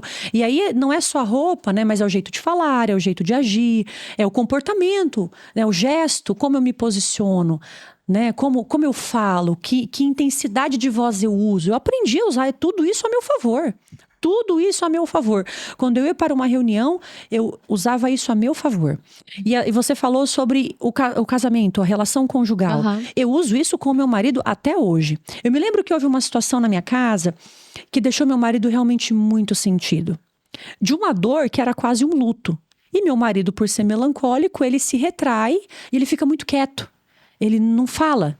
E eu estava observando isso... E eu ali, querendo conversar, né? Porque o sanguíneo, ele quer debater aquela dor, entendeu? Ele quer discutir aquela dor pra passar, né? E meu marido não queria. E eu falei, não, peraí, eu tô fazendo alguma coisa errada? Não tá funcionando. Minha abordagem inicial deu errado. Eu comecei a observar, eu vi que ele realmente estava dolorido com aquela situação. No dia seguinte, chamei ele pra conversar. Nós estávamos no café, assim, não é numa conversa, eu estava no café. Eu falei assim, amor, eu tenho notado que você está mais quieto, eu vou respeitar o seu espaço. Quanto tempo você precisa? Uau. Quanto tempo você quer? Para que eu e as crianças, porque eu tinha minhas crianças e minhas crianças demandavam dele. Eu falei, quanto tempo você quer para que você viva o teu processo? Me dá uma data. Vamos chegar num alinhamento sobre essa quantidade de tempo que você quer ficar assim. Aí ele estava quieto, ele falou assim, ele me respondeu, ele falou assim, 7 dias. Eu falei, tá bom. 7 dias. Foram 7 dias que eu fiquei quieta. Foram 7 dias que eu fiz as crianças também silenciarem. Foram 7 dias que nós não tocamos naquele assunto. Foram 7 dias que nós não argumentamos. Eu nem deixava as pessoas virem falar sobre esse assunto com ele. Foram 7 dias que eu respeitei o tempo dele. E aí, no final dessa conversa, eu falei assim, mas depois dos 7 dias, você vai voltar ao normal? Ele falou, vou. Eu falei, então tá bom. E foi 7 dias assim. Silêncio em casa. Ninguém falava. Nós deixamos ele entrava pro quarto, ele ficava no quarto. Ninguém incomodava ele. Mas também, chegou no 7º dia, foi igual tirar com a mão. Na manhã do 7º dia, ele já acordou diferente. Que também é próprio do temperamento dele. Quando fala algo, Legal. cumpre, né? Então... E nível de equilíbrio emocional impressionante, né? Mas a gente vai Muito criando. legal. A gente vai criando, porque vale a pena essa vida. As pessoas, elas estão se acostumando a viver tão ruinzinho, tão malzinho, sabe? Briga todo dia, acha que, é assim É que você já quer mesmo. resolver na hora, né? Você vê a pessoa triste. Não, mas me fala. Não, mas me fala. Vou aprender com você.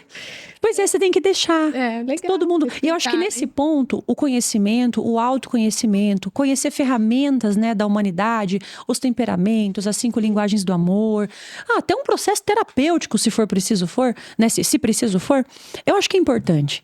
Porque você conhece o teu espaço e é capaz de dar ao outro também um espaço que ele merece e que precisa em alguns momentos, né? Legal. A gente vai entrar agora num assunto um pouco polêmico, tá? Então vamos lá, o que dizer sobre a polêmica da passagem que a mulher tem que ser submissa ao seu esposo, conforme Efésios 5, 22 e 24. Qual o papel do homem na vida da mulher e na família, à luz e da fé? E ainda, por que as pessoas não leem o complemento da passagem que diz que o homem precisa também? Sim. Bom, primeiro, por que vou começar de trás para frente. Tá. Por que as pessoas não leem o complemento da passagem? As pessoas não leem a Bíblia. Sim. Então elas não leem nem essa parte, nem a essa que você está fazendo referência. Elas não leem nada. Então, como elas não leem a Bíblia, elas não têm dimensão do que quer dizer essa passagem. Ou qualquer outra.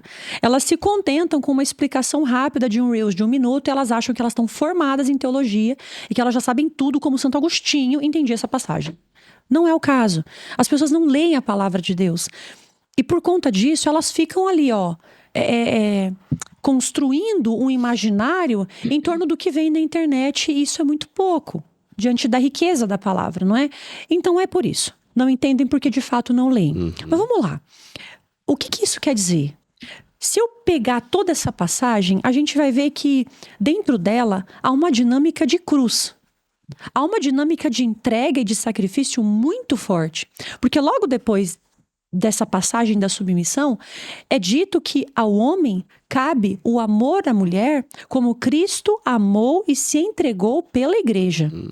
Eu arrisco a dizer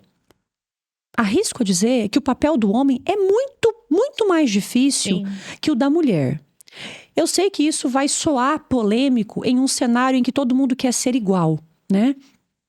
Só que dentro de um processo de fé, e dentro de um contexto de fé que eu estou trazendo, e vocês estão com a palavra de Deus aqui embasando, gente, nós somos iguais em dignidade, mas nós não somos iguais em funções. Não somos iguais. E eu acredito que morrer na cruz seja mais difícil que ser submissa. Eu acredito que entrar na frente de um tiro para salvar a mulher talvez seja mais difícil do que me sujeitar a algo que meu esposo me pediu para fazer. Eu acredito que morrer todos os dias para as inclinações masculinas, morrer todos os dias para lutar contra a pornografia, morrer todos os dias para lutar contra a traição, contra o adultério, morrer todos os dias fisicamente se desgastando num trabalho, eu acho que isso é muito difícil. Eu não acho tão difícil assim me sujeitar a um homem que me cuida, a um homem que me ama, a um homem que me eleva, que me acolhe, que me promove. Eu não acho tão difícil assim me sujeitar a esse homem. Percebe? Então, a submissão, você pode entender, e existem várias correntes dentro disso. A submissão como a submissão da mulher, né? A missão de apoio da mulher que sustenta o homem. Isso também é verdade. Isso não proíbe a mulher de trabalhar fora, isso não proíbe a mulher sentido, a gente traz um pensamento que é, a partir do momento que a mulher ela não é protegida, que é o papel do homem protegê-la, que não é amada, que é o papel do homem amá-la, defendê-la, morrer por ela e pela família, ela acaba tendo que se tornar essa pessoa. E ela começa a se masculinizar, se tornar essa mulher forte. Claro! Que ela não precisaria ser se ela tivesse um homem que fizesse isso por ela, né? Exatamente. E assim, a gente vê uma certa crise nos dois papéis. Sim. Tanto no masculino quanto no feminino. Então a gente vê homens mais afeminados. E não só no trejeito. Não tô falando de um trejeito. Não. Tô falando de homens com uma certa mentalidade muito mais leve. Né? Não encaram tanto o trabalho com aquela mesma seriedade de alguns anos atrás, não encaram a responsabilidade como de alguns anos atrás, né? A gente vê, não dá para generalizar, mas a gente vê uma certa tendência a esses homens que se deu errado o casamento, separa, né? Deixa a mulher. Eu costumo brincar em casa que às vezes a nossa discussão é quando ela quer tirar a compra do carro ou tirar o lixo. Eu acho que isso deveria ser o meu papel e deve ser. Eu brinco com alguns amigos, ele fala, eu não levanto o sofá para descer compra do carro. Aí eu falo, você tá construindo a sua história. Eu já buzino. Eu te lá pergunto, em casa eu que faço, esse é o meu papel. Trabalhos de força, sim, trabalhos de força cabem ao homem. Porque o homem, ele tem uma constituição... Gente, não tem como brigar com isso. A mulher pode fazer crossfit uma vida inteira, ela pode empurrar um pneu. Ela não vai ter a constituição física de um homem. Pode até pegar um homem mais magrinho. Cara, mas ele é um homem com potências biológicas diferentes da dela. Então, ao homem cabe a força. À mulher cabe a fortaleza. E são coisas diferentes. Força é essa força física masculina, própria do homem, manifestada por um conjunto hormonal, muscular, que não tem como eu brigar contra isso. Sim. Entende? A mulher cabe a fortaleza. O livro do Provérbios, esse que eu já mencionei, capítulo 31, a partir do versículo 10, vai dizer: fortaleza e graça lhe servem de ornamento. A mulher virtuosa, ela é adornada pela fortaleza e pela graça. É isso que faz dessa mulher ser uma mulher diferente. É isso que torna essa mulher cada vez mais feminina, fortaleza e graça. Eu gosto de dizer que a fortaleza, aliás, que a força é a mulher ser capaz de carregar um botijão de gás. Mas a fortaleza é a mulher com câncer fazendo comida para toda a família. Entende? Percebe que são coisas diferentes? A força é ela conseguir empurrar um carro. Cara, mas a fortaleza é ela conseguir perdoar uma traição. É isso. Sim. Né? Então, essa submissão, voltando na tua pergunta, essa submissão por algumas pessoas é trazida como a submissão da mulher, é uma missão abaixo, né? A missão da mulher seria como que o sustento da missão do homem. E isso é verdade também, porque eu entendo muito a mulher como esse esteio emocional do marido. Uma vez que o marido é a força e ela é a fortaleza, muitas vezes o marido olha para essa mulher e busca na mulher a confiança, muitas vezes, dele mesmo. Eu amo Provérbios 31, vou mencionar de novo, mas é a mulher que eleva o seu marido. A palavra vai dizer que esse homem ele é reconhecido nas portas da cidade quando se senta com os anciãos. E anciãos significavam senioridade, respeito, conhecimento. Se eu quero que meu marido sente com os homens mais respeitados de uma cidade, quem tem que colocar ele lá sou eu. É o que eu falo do meu marido que eleva o meu marido. É quando o meu marido olha para mim e ele vê em mim essa mulher que acredita nele. Nossa, é muito legal. Isso dá uma sensação boa para a mulher e para o homem. Eu me lembro que lá em Novo Progresso nós estamos fazendo os acampamentos, né? E um dia eu viajei e meu marido conduziu, né? Todas as reuniões e tudo mais. E chegou no momento que eu retornei de viagem e estava tendo uma reunião em casa. E quando eu cheguei e o pessoal viu que eu cheguei, falou assim: gente, graças a Deus Juliana chegou. Porque o time fica diferente quando a Juliana tá. Gente, eu me achei. Eu me achei. Imagina, meu marido fica diferente quando eu tô, cara. Olha que legal isso. Sim. Meu marido muda quando eu estou presente. Meu marido se sente mais seguro. Meu marido se sente mais confiante. E, pasmem, eu não falo nessa reunião. Eu só fico lá. Eu só fico lá sentada. Tem vezes que eu falo, gente, nem sei por que eu vou. Mas eu fico lá Agora sentada. você descobriu por que você vai. As pessoas ali da nossa convivência falam, gente, Juliana, ele muda quando você tá. É outra coisa quando você tá. Mas não é por mim. É porque ele muda quando eu estou. Não é que eu mudo a situação, mas a minha presença alcança ele. Né? O coração dele se inclina para a minha presença. Então, por isso que eu falo que a mulher, enquanto fortaleza, ela é capaz de sustentar o emocional desse homem. Ah, mas a mulher cansa, a mulher sofre. Também, tudo isso. E nessa hora ele vai ser força. Ele vai ser força. Teve um momento da minha história, eu perdi alguns bebês, né? Eu tive alguns abortos. E eu me lembro, da primeira vez que eu perdi o bebê, foi muito doloroso para mim. Muito sofrido. E nós estávamos vivendo um processo muito difícil. E eu me lembro que, olha como, quando eu estou fragilizada, a força do meu marido se sobrepõe. Porque nesse contexto eu estava muito abalada. Eu me lembro de um dia que eu sentei para ler um livro, comecei a ler uma frase do livro e eu desatei a chorar. Comecei a chorar muito, muito, muito, muito mesmo, sabe? E eu me lembro do meu marido sentando na cama, ele não disse nada. Ele me colocou no colo dele, eu inclinei assim a cabeça, né? Inclinei a cabeça pro colo dele, ele colocou as mãos na minha cabeça, ele começou a rezar por mim. Eu não sei, pra mim foi algo muito de Deus. Arrepiei. Porque eu sentia na minha cabeça o peso da mão dele. Parecia que era a mão de Deus na minha cabeça, cara. Era um negócio incrível. Eu sentia o peso, a força. Ele colocou as duas mãos na minha cabeça. E ele começou a rezar. Aí você vai falar assim, Juliana, o que ele falou? Eu não sei. Eu acho que eu nem tava lá. Assim, eu tava em outro lugar. Eu não sei o que ele falava. Eu não entendi o que ele falava. Mas eu senti o peso da mão dele. Eu sentia a força espiritual dele. Eu sentia o poder, né? De quando eu estou submissa. Entende? Esse lugar é um lugar muito saudável no matrimônio. Seguro, né? Nossa, o homem precisa promover a mulher essa segurança. Muitas vezes a mulher está fazendo tantas coisas pela insegurança. Insegurança financeira dela trabalha, insegurança emocional, aí ela busca fugas emocionais, então ela compra, ela consome, ela come, né? Ela está fugindo emocionalmente. Então quando ela não se sente segura na espiritualidade, é aquela mulher que vai no retiro, que vai na igreja, que vai não sei na onde, né? Ela está sempre buscando, porque de fato ela não tem essa segurança. Por isso que eu falo que os dois papéis estão precisando de ajuda, né?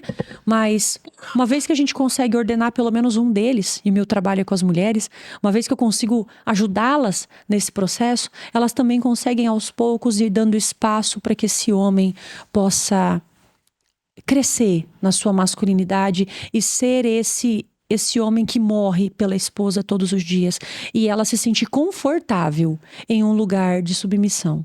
Que não é um lugar pequeno, não é um lugar ruim, não é um lugar baixo, não é um lugar indigno. Ao contrário. Ao contrário. É só o nosso lugar. Você vê que é uma questão de ponto de vista, né? Quando você começa a entender um pouco melhor o que significa, né? A gente precisa ir para a última parte, para a roda de tereré, mas eu queria... tem uma coisa que eu acho muito legal no teu Instagram, que você tem um quadro lá que você fala das verdades que nem todo católico está preparado para ouvir. Sim. Traz pra gente um top 3, assim. Nossa, ou 2, enfim. Tópicos, assim, assuntos que nem todo católico está preparado para ouvir. Gente, esse é o quadro de maior sucesso no meu perfil. Eu acho que nós estamos, na 32ª edição. Cada verdade é um vídeo, Isso, né? cada tema é um vídeo. Agora a gente está fazendo uma série de sacramentos, né? Então, eu fiz um primeiro vídeo falando sobre batismo, primeiro Eucaristia, crisma, falamos sobre casamento, agora sacramento da ordem, confissão. Então, são assuntos que precisam ser trazidos, né? Talvez de uma forma mais clara, com muita verdade e muita caridade. Mas assim, os top 3 assuntos do Verdades, agora você me apertou. Pode ser Eu dois. amo todos, assim, eu gosto muito de todos. Eles são muito bons. Mas assim, eu acho que um que realmente mexeu foi logo no começo, um dos primeiros, que falou sobre a missa não ser um espetáculo. né? Que a gente não tem que ir na missa buscando show, sensação, arrepios, e a missa não serve para isso. É um rito, né? Pronto, a gente é solene. Não é show, né? Então a gente teve o episódio da missa. Nós tivemos. Posso ver? Claro. É que eu tenho aqui uma sequência. Nós tivemos aqui vários muito bons. Olha, eu nem lembro. Como que pode, né? É que são tanto conteúdo, são né? muitos conteúdos. Sim, são muitos conteúdos. Mas a gente teve vários, Pode vários, falar vários, o que vários. mais deu, que o povo mais gostou. Deixa eu ver um que teve bastante visualização, assim, que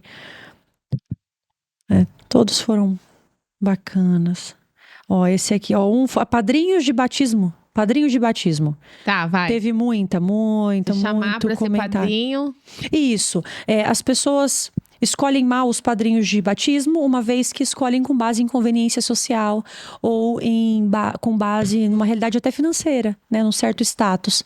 E a gente não pensa nisso quando a gente escolhe padrinho de batismo. Então eu comecei com a seguinte pergunta: se você morresse hoje, os padrinhos que você escolheu para os seus filhos, guiaria os seus filhos na fé? Porque um padrinho serve para isso. Se você morrer hoje, essa pessoa educou teu filho na fé, ela é capaz de levar o teu filho para a fé? Eu digo para você, se eu morresse hoje, eu poderia entregar os meus filhos para os padrinhos que eu escolhi. Eles poderiam morar naquelas casas. Eu sei que naquelas casas eles seriam evangelizados.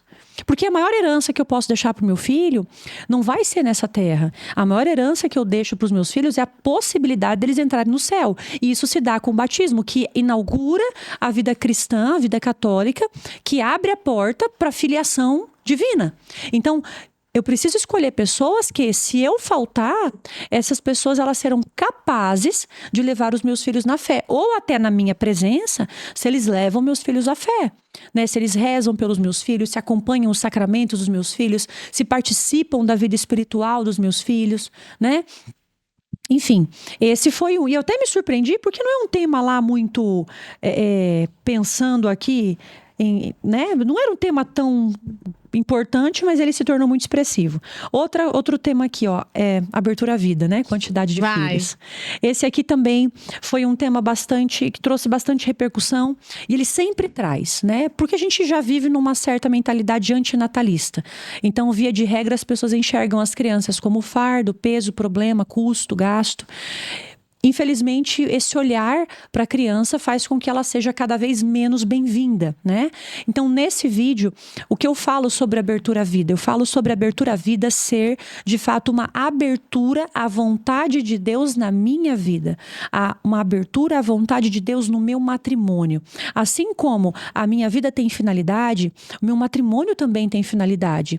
Uma vez que eu sou chamada à vocação matrimonial, eu sou chamada a ser fecunda. Eu preciso gerar vida. A gente canta no salmo, inclusive, o salmo que muitas vezes é cantado nos matrimônios, né? A tua esposa é uma videira bem fecunda no altar da tua casa. Teus filhos são rebentos de oliveira ao redor da tua mesa.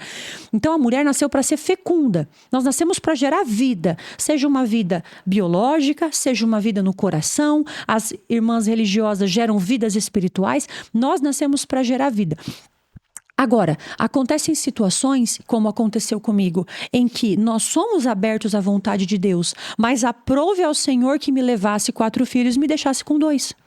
E o fato de eu ter só 2 filhos nessa terra não me faz ser menos católica ou menos em busca da santidade do que a esposa que tem 10 filhos, 8, 12, 7, 5.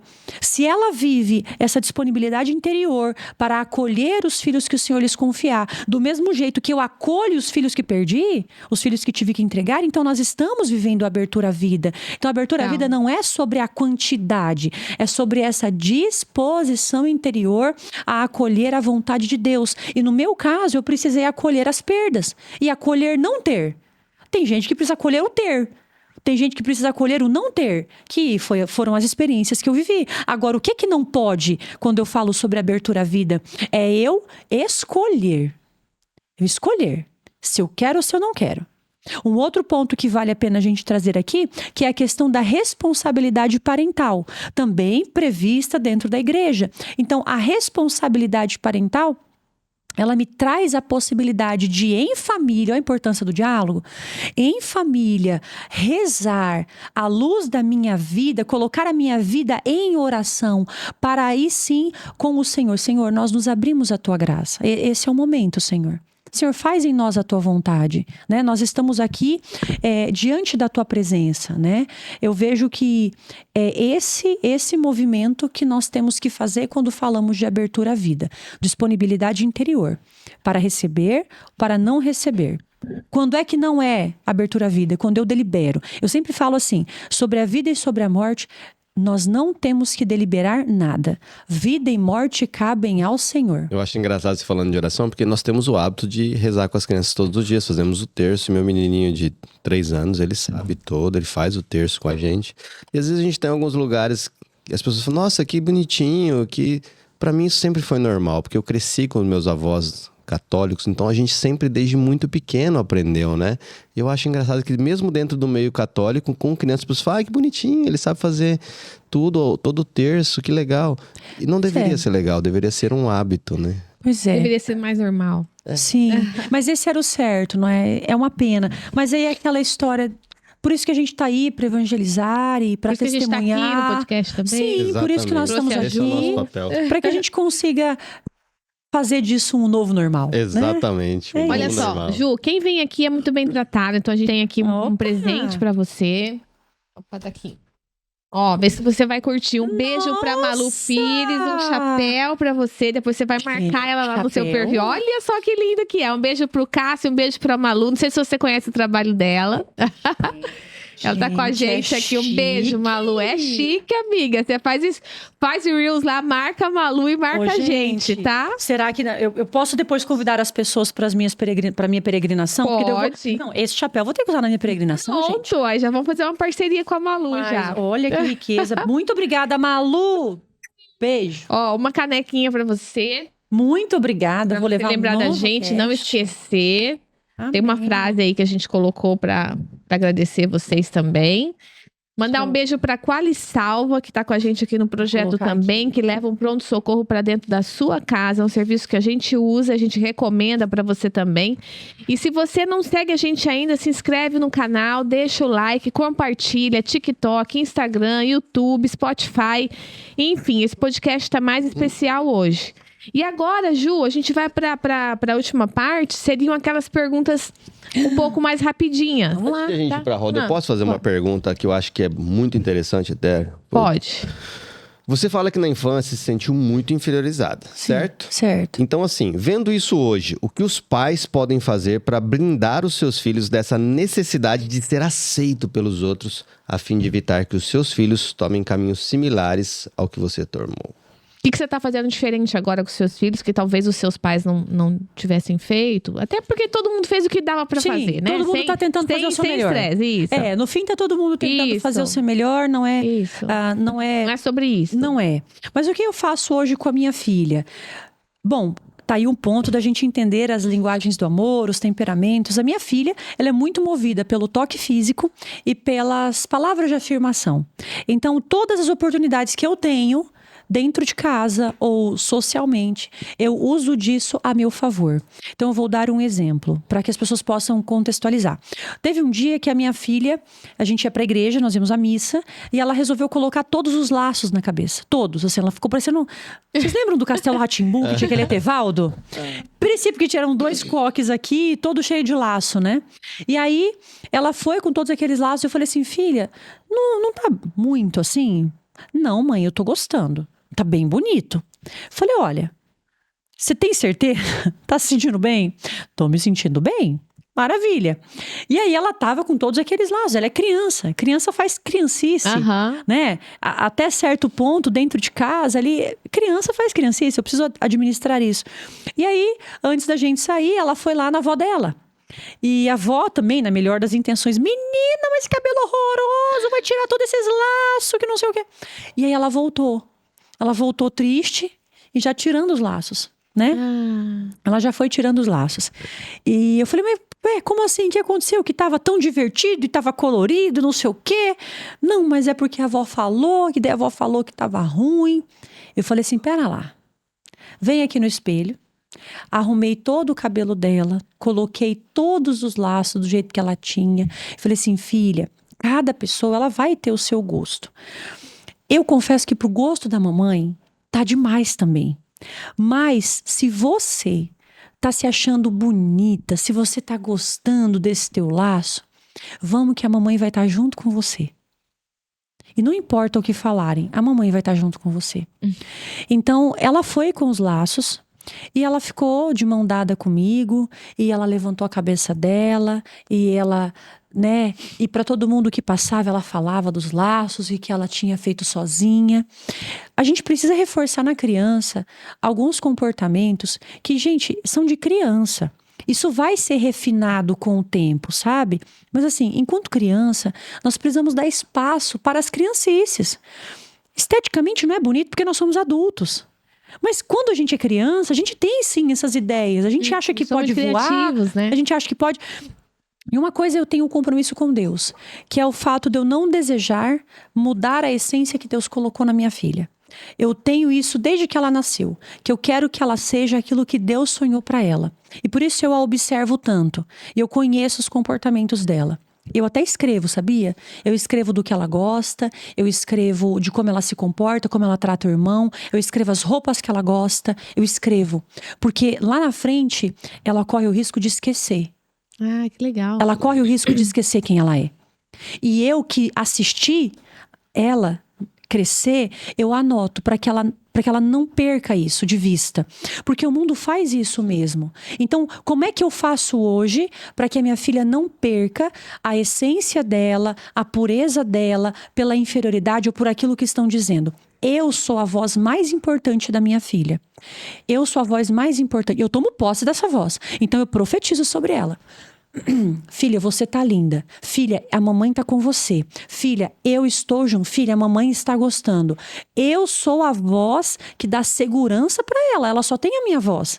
Ou ela me escuta ou ela escuta os outros. Então, eu quero dar essa força pra ela. E eu dou espaço para que ela também possa se expressar.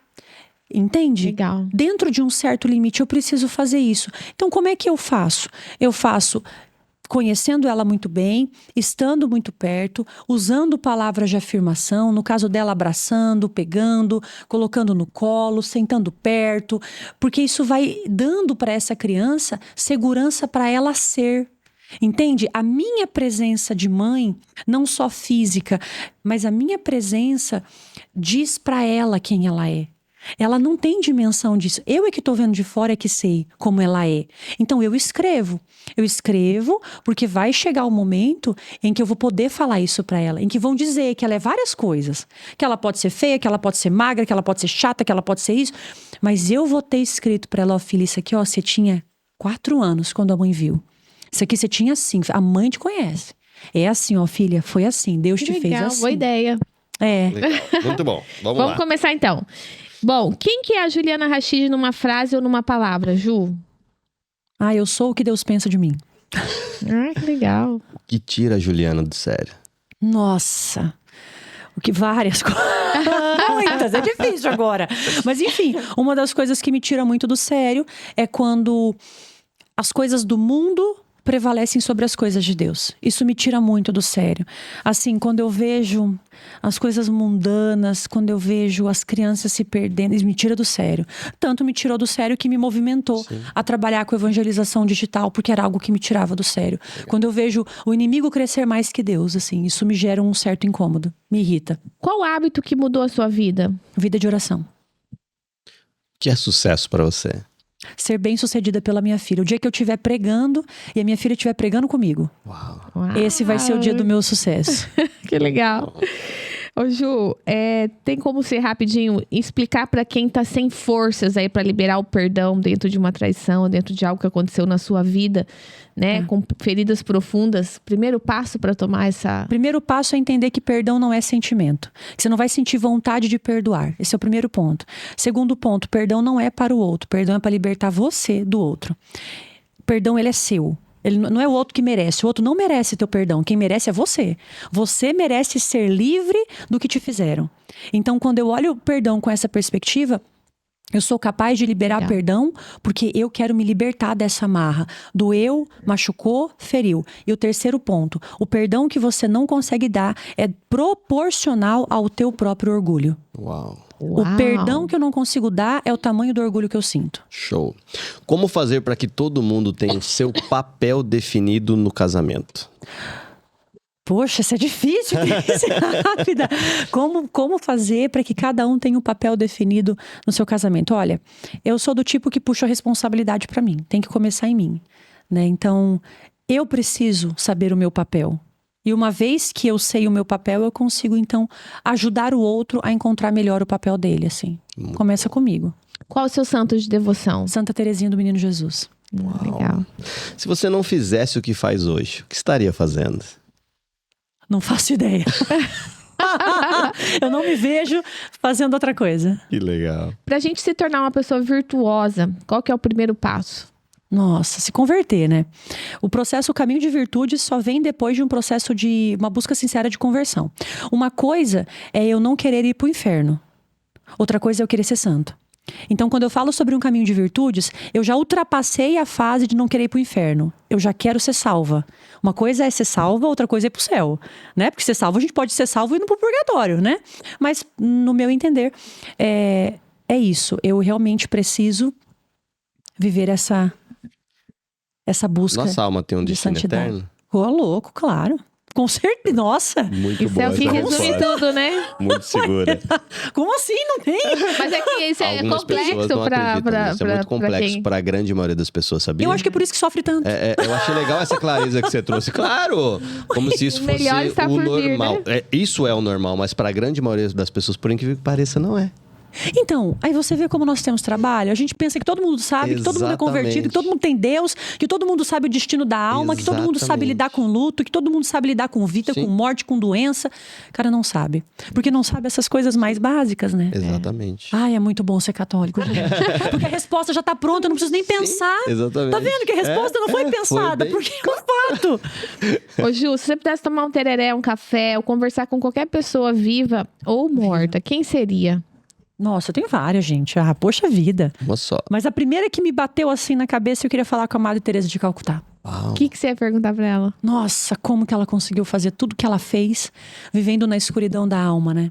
Não sentindo nada. Porque eu sou uma fiel defensora de rezar sem sentir arrepio. Lá em casa nós temos uma frase, a Teresa, minha filha, fala, né? É rezar com vontade, sem vontade, querendo, não querendo, se não querendo. Vai rezar. Só que a obra dela, cara, foi uma obra... Eu penso assim, ó, foi uma obra tão fecunda sem água nenhuma. Entende? Sim. Era isso, assim. Eu Ela acho que eu floresceu queria... no deserto. Nossa, cara, isso é tão poderoso. Eu perguntaria isso pra ela. Uma outra pessoa que eu também tomaria um tereré seria com São Maximiliano Maria Kolbe. Nossa, O que você imagina. perguntaria pra ele? Nossa, eu queria falar assim, como é que o senhor fez? Porque ele ficou preso, né? Morreu de inanição. Bom, ele não morreu de inanição, mas ele foi colocado pra morrer de inanição com os demais prisioneiros em Auschwitz. E aí, olha que coisa, né? Acontecia um caso de canibalismo, porque as pessoas morriam de fome ali. Então, obviamente, em algum momento. E ele não fez isso. E é engraçado porque tem relatos de que enquanto ele estava lá, ninguém fazia. A presença dele mudava o pior cenário de degradação humana que a gente pode... O cenário mais animalesco de ser gente, ele conseguiu mudar, cara. E eu queria perguntar, como é que o senhor fez isso, assim? Como é que você fez isso, sabe? Nossa, eu queria saber. Legal. Qual foi o maior desafio que você já enfrentou? O maior desafio que eu já enfrentei? Eu posso destacar 3, né? O primeiro foi romper com o pecado quando eu me converti. O segundo foram as minhas perdas gestacionais. E o terceiro foi deixar o mercado financeiro, assim. Foram grandes desafios. Cada um a seu modo, tá? Eles não têm o mesmo tamanho, eles não têm a mesma profundidade, mas cada um a seu modo me desafiou em alguma área, assim, bem específica. Ju, legado, sucesso, paz, dinheiro, ser reconhecido. A gente sabe do teu propósito, mas Sim. o que você quer nessa jornada? Caramba. O que eu quero? Nossa. Bom, em algumas áreas, né? Como eu disse, na minha família, o que eu quero é ser bem-sucedida, especialmente assim pela minha filha. Nós temos uma ligação muito especial e eu realmente quero Eu quero levá-la junto comigo, assim. Isso eu quero. Pensando no digital, eu quero ser uma voz muito, muito, muito, muito equilibrada. Uma voz forte, uma voz equilibrada, uma voz de santidade nesse tempo para esse tempo. Sabe, eu quero ser uma voz muito forte ainda. Tô começando. Tô só começando. Talvez seja difícil responder em poucas palavras, mas como fazer para que a família seja o alicerce para a nossa vida e o que faz para reconstruir o altar dentro de casa? Como que a gente faz para a família ser o alicerce? Gente, a família já é o alicerce, a gente querendo ou não querendo. Isso é um fato. Se tá tudo bem no seu trabalho e sua família tá mal, cara, tá tudo mal. Pro homem fica ruim, pra mulher fica ruim. Agora, se a família tá bem e o trabalho vai mal, o trabalho dá um jeito. Ele vai. Ele dá um jeito, mas ele sente força. Então não tem jeito, a família já é um altar. Para quem é chamado a vocação matrimonial, a família ela já é um altar. Ela já é. O problema é que quando esse altar tá quebrado, né? Mas ela já é um altar, a gente não precisa nem fazer esforço. É próprio da nossa vocação. A família já é um altar. E como eu faço para restabelecer? Exatamente, reconstruir o altar da sua casa. Diálogo. Eu vou falar duas coisas. Diálogo e toque. Toque físico. Toque físico mesmo. Olhar nos olhos mesmo. Tá sendo uma dificuldade tremenda olhar nos olhos em casa. As pessoas quase não se olham mais. Eu me lembro que sempre antes da Maria Tereza dormir, eu falava assim, filha, vamos ficar rezando olhando no olho. Não pode piscar. Pra olhar no olho. Mas infelizmente é uma realidade que talvez as pessoas possam não concordar, mas é muito mais simples e talvez até mais gostoso eu ficar no celular do que ouvir a minha esposa dizendo algo que eu não quero ouvir. Com certeza. Então as pessoas hoje preferem ouvir o que elas querem ouvir do que ouvir o que elas não querem. É mais fácil olhar no celular do que no olho de quem você ama. Exatamente. E aí vai se criando uma distância que talvez depois não consiga. E aí por isso que o altar fica desconstruído. Sim. Mas eu começaria por esse olhar, por esse toque. Convivência mesmo. Gente, abraçar, beijar, parece tão besta falar isso, mas assim as pessoas não se beijam mais.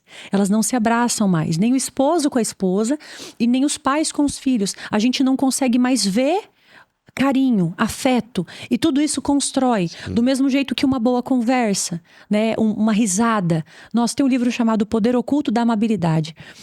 Nossa, conversa, diálogo, sorriso, humor. Ri. Meu Deus, é tão gostoso você entrar numa casa e que o marido e a esposa conseguem brincar, eles conseguem rir, eles conseguem... é uma delícia as crianças dando risada, aquela bagunça, é gostoso. A parte mais feliz do meu dia é quando eu chego em casa e meus filhos gritando. Papai. Grita, aquela ruaça. Eu falo, meu menino é o Zé Ruaça. Ele faz ruaça, grita, ele Qual chora. é o temperamento deles? A Tereza, bom, eu sempre presumi Tereza colérica, né? E eu ainda mantenho essa posição, mas ela ainda vai entrar nos 6 anos, então é agora que a gente vai conseguir apurar melhor. Mas ela certamente tem um temperamento quente, mais expansivo, então fica entre colérica e Isso é o menino. e sanguínea. O meu filho é muito pequenininho, 2 anos, Não dá pra né? saber, né? Não dá ainda, não vou. Não vai arriscar. Não vou arriscar, vou esperar ele ser ele. Lá em casa é melancólico, sanguíneo, 2 sanguíneos, meu marido fleumático e colérico. Mas Tem é bom pra que tem tudo tudo. lá. Pra tudo. É bom, É assim uma que é bom. mistura. Dá pra todo mundo se converter, cada qual do seu jeito. Isso aí. Ju, tem algum sonho que você ainda não realizou e que você pode compartilhar com a gente? O que eu vou realizar, né? Vou compartilhar o que eu vou realizar. É um sonho que tá aí, chegando. Eu sempre tive o sonho... eu tive um presente que foi fazer a minha primeira peregrinação para Itália e para Israel, né? E foi transformador. Foi um momento assim na minha história. Foi um presente de casamento. Meu esposo juntou dinheiro 1 ano, não me falou. E quando a gente fez 1 ano de casados, ele me deu. Então foi uma viagem que transformou, inclusive meu jeito de rezar e de viver a palavra, de ler a palavra com o olhar de quem já pisou lá e entendeu cultura, tempo, época, enfim. Então a gente tem de tudo, né? Outras coisas que só assim de saber no Google você não vai saber, né? Mas enfim, eu tinha um sonho que era fazer a minha peregrinação, né? Conduzir um meu grupo e poder trazer uma experiência humana e espiritual. Então, nós vamos fazer isso ano que vem. Que legal. O meu primeiro grupo de peregrinação, chamado Caminho das Rosas, vai acontecer ano que vem, de 14 de agosto a 29 de agosto. Nós vamos passear por Portugal, Espanha e França. Vamos aos maiores santuários marianos do mundo. E vamos fazer 2 paradas estratégicas. Uma lá na Espanha, para fazermos memória a Santa Teresa d'Ávila. Por quê? Porque é mestra da vida de oração. E quem me conhece, já me acompanha, especialmente no meu trabalho nas redes sociais, esse é um assunto que eu não abro mão. Imagina estar lá e aprender com ela lá, a realidade. Nossa, é forte. E aí nós vamos também na França, vamos a Lisieux, vamos visitar a casa de Santa Teresinha, o convento, que é a minha santa de devoção. Então, ela inaugurou na igreja um caminho possível de santidade. Por isso que eu falo de ser santo nesse tempo, desse jeito. E ela inaugura para nós essa infância espiritual de muita confiança em Deus e de eu conseguir fazer pequenas coisas com grande amor e alcançar o céu assim. E mais detalhes dessa peregrinação encontra... É no meu Instagram, @JulieRachid. A gente tem várias postagens ali. É só você ir em uma delas, escrever a palavrinha ali e você vai receber o contato da agência. A agência que vai nos levar é a Domus Viagens. Então, uma agência super bacana, super profissional. E é um sonho mesmo, é um sonho. Tanto é que é um grupo pequeno, é um grupo que vai ser já está sendo um grupo muito rezado, um grupo muito preparado espiritualmente. A gente vai acompanhar essas pessoas até a viagem, elas vão chegar lá já sabendo o que vai acontecer para rezar. E a gente vai levar um fotógrafo também para registrar os momentos. Ju, se você pudesse ter um superpoder, qual seria? Nossa. Ai, um superpoder? Um superpoder. Eu queria converter todo mundo. Nossa, eu ia fazer todo mundo ser convertido, todo mundo rezar. Porque eu sei que se eu conseguisse fazer isso, nossa, o mundo ia ser outro. Imagina se todo mundo rezasse. Com certeza. Você imagina se todo mundo rezasse, cara. Que coisa que não ia ser. Eu queria ter esse superpoder, fazer todo mundo rezar. Uau. Legal. Se a Juliana de hoje pudesse dar um conselho pra Juliana adolescente, lá antes dos 17 anos, enfim, qual conselho seria? Ai, se converta. Se converta e creia no evangelho. Se converta! Se converta! É isso, eu acho que eu falaria isso. Eu diria isso. Ô, Ju, mais alguma? Não, vamos lá. Agora você veio aqui no NovoCast, né? A gente já te conhecia pelas redes sociais. Foi uma alegria te ouvir falar lá na São João Bosco, na segunda-feira, né? E você conheceu o nosso coração. O propósito do podcast é isso, é levar mensagens positivas para que as pessoas possam dar um upgrade aí na sua vida. E a gente quer saber se você tem alguém para indicar, alguém daqui de Campo Grande, da época que você morava aqui, falou, tem uma pessoa, Sabrina, que tem que estar aqui no podcast também para contar a história dela, para contar a jornada dela e poder impactar outras vidas. É? A minha amiga Keila Stefanello. Ela é de Sidrolândia. Ela tem uma história maravilhosa de maternidade. Ela tem uma história maravilhosa sobre ser mulher, sobre ser esposa também. E, assim, sou fãzona dela. Difícil, né? Pô, minha comadre, minha amiga, madrinha do meu filho. E, nossa, ela escreveu recentemente um livro. Tive a graça de prefaciar o livro dela. Legal. Então... Nossa, boa. Maravilhosa. Depois você conecta a gente com ela. Com certeza, já vou até falar pra ela. Então tá bom. Legal. Agora a gente tá indo pra mensagem final. Imagine que você pudesse mandar uma mensagem para 8 bilhões de pessoas, que ia impactar o mundo todo, olhando para aquela câmera. Qual seria essa mensagem? Nossa. A minha mensagem pra você é que você se sinta, antes de tudo, nesses 8 bilhões de pessoas, que você sabe que você é especial para Deus. Mas você só vai saber isso se você falar com Ele. A minha mensagem para você é: fale com Deus. Fale com Deus todos os dias. E Ele vai falar com você. E você vai viver o extraordinário, o inimaginável. Não existe mensagem mais poderosa que aquela que Deus pode falar no seu coração. Pode sentar 555 mil pessoas aqui. Ninguém vai falar sobre você o que Deus é capaz de falar sobre você. E assim você não se confunde com os barulhos externos. Fale com Deus. Ele está esperando você. Muito bom. Eu fiquei muito feliz de te conhecer. Não te conhecia, apesar de minha mulher te conhecer muito. Que bom. Quando eu falei que você vinha, ela ficou muito feliz. Não te conhecia. E a forma que você traz a palavra me encantou muito. Por quê? Você, de uma forma muito sábia, traz as suas dores, traz os seus erros, de forma que ninguém pode te apedrejar. Porque você está jogando seus erros para pessoas falarem. Para você falar, eu errei e eu me transformei. E qualquer pessoa pode fazer o mesmo. E isso me encanta, porque mostra que erramos e que podemos nos transformar. E que Deus ele tem um propósito na nossa vida. Então acho que você impactou a vida de muitas pessoas aqui hoje que talvez vão assistir esse podcast e analisar. Pô, eu posso expor o que eu fui e o quanto eu evoluí e melhorei, que Deus me transformou. Obrigado pela sua entrega. Foi um prazer te conhecer. A palavra diz, né? Onde abundou o pecado, superabundou a graça. Amém. Já me perguntaram isso, se eu tinha vergonha de contar a minha história. Por tudo aquilo que eu já vivi e tal, né? E eu falei assim, olha, vergonha não, mas eu sinto muita honra. Sim. Porque não é sobre a minha história, Sim. é sobre o que Deus faz na minha história. Transformação. E não existe graça em mim, mas existe graça nele. E realmente, não há mais como as pessoas me apedrejarem. Porque eu mesma já expus tudo. Sim. E eu luto para viver isso. Luto até hoje. Até hoje. A minha vida ela é um livro aberto mesmo. Quem me conhece na minha convivência diária sabe disso. Não tenho medo nenhum. Podem falar o que for, que nada vai ser maior do que aquilo que Deus já falou a meu respeito. Amém. Legal, Ju. Queria agradecer, né? Desde o primeiro contato, sempre muito gentil. Eu sei que a sua agenda é super corrida. Ficou muito feliz de ter você aqui. Eu acho que muito aprendizado, independente da fé que você tem, independente do Deus que você acredita, eu acho que essa versão da Ju, né, do catolicismo, da mulher católica, de trazer a mensagem de Deus a partir do evangelho, né, cristão, católico, espero que tenha tocado você de alguma forma. Eu acho que o que eu tiro de hoje para mim, que é mais difícil, é a gente entender para sair da força do nosso braço, né? Essa que ela falou, fale com Deus, né? Às vezes a gente toma as decisões e se tá muito pesado para você, se tá muito difícil, perceba se você não tá carregando tudo com a força do teu braço e coloque Deus nesse movimento. É o que eu tenho tentado fazer na minha vida. Perguntar para ele, às vezes ele não responde, né, Ju? O silêncio também eu acho que é um tipo de uma resposta, né? O silêncio também é resposta. Silêncio é tempo de você apurar a sua escuta. Porque geralmente não é que Deus está em silêncio. É que a gente não está entendendo a mensagem. Às vezes a mensagem já foi dada. Ou eu não quero ouvir. Ou eu tô fingindo, fazendo a desavisada, né? Ou às vezes há um silêncio que prova. Um silêncio que prova você, que vai ver até onde chega a tua fé, né? Muito bonito quando o Senhor pede, né, que Abraão saia da sua terra.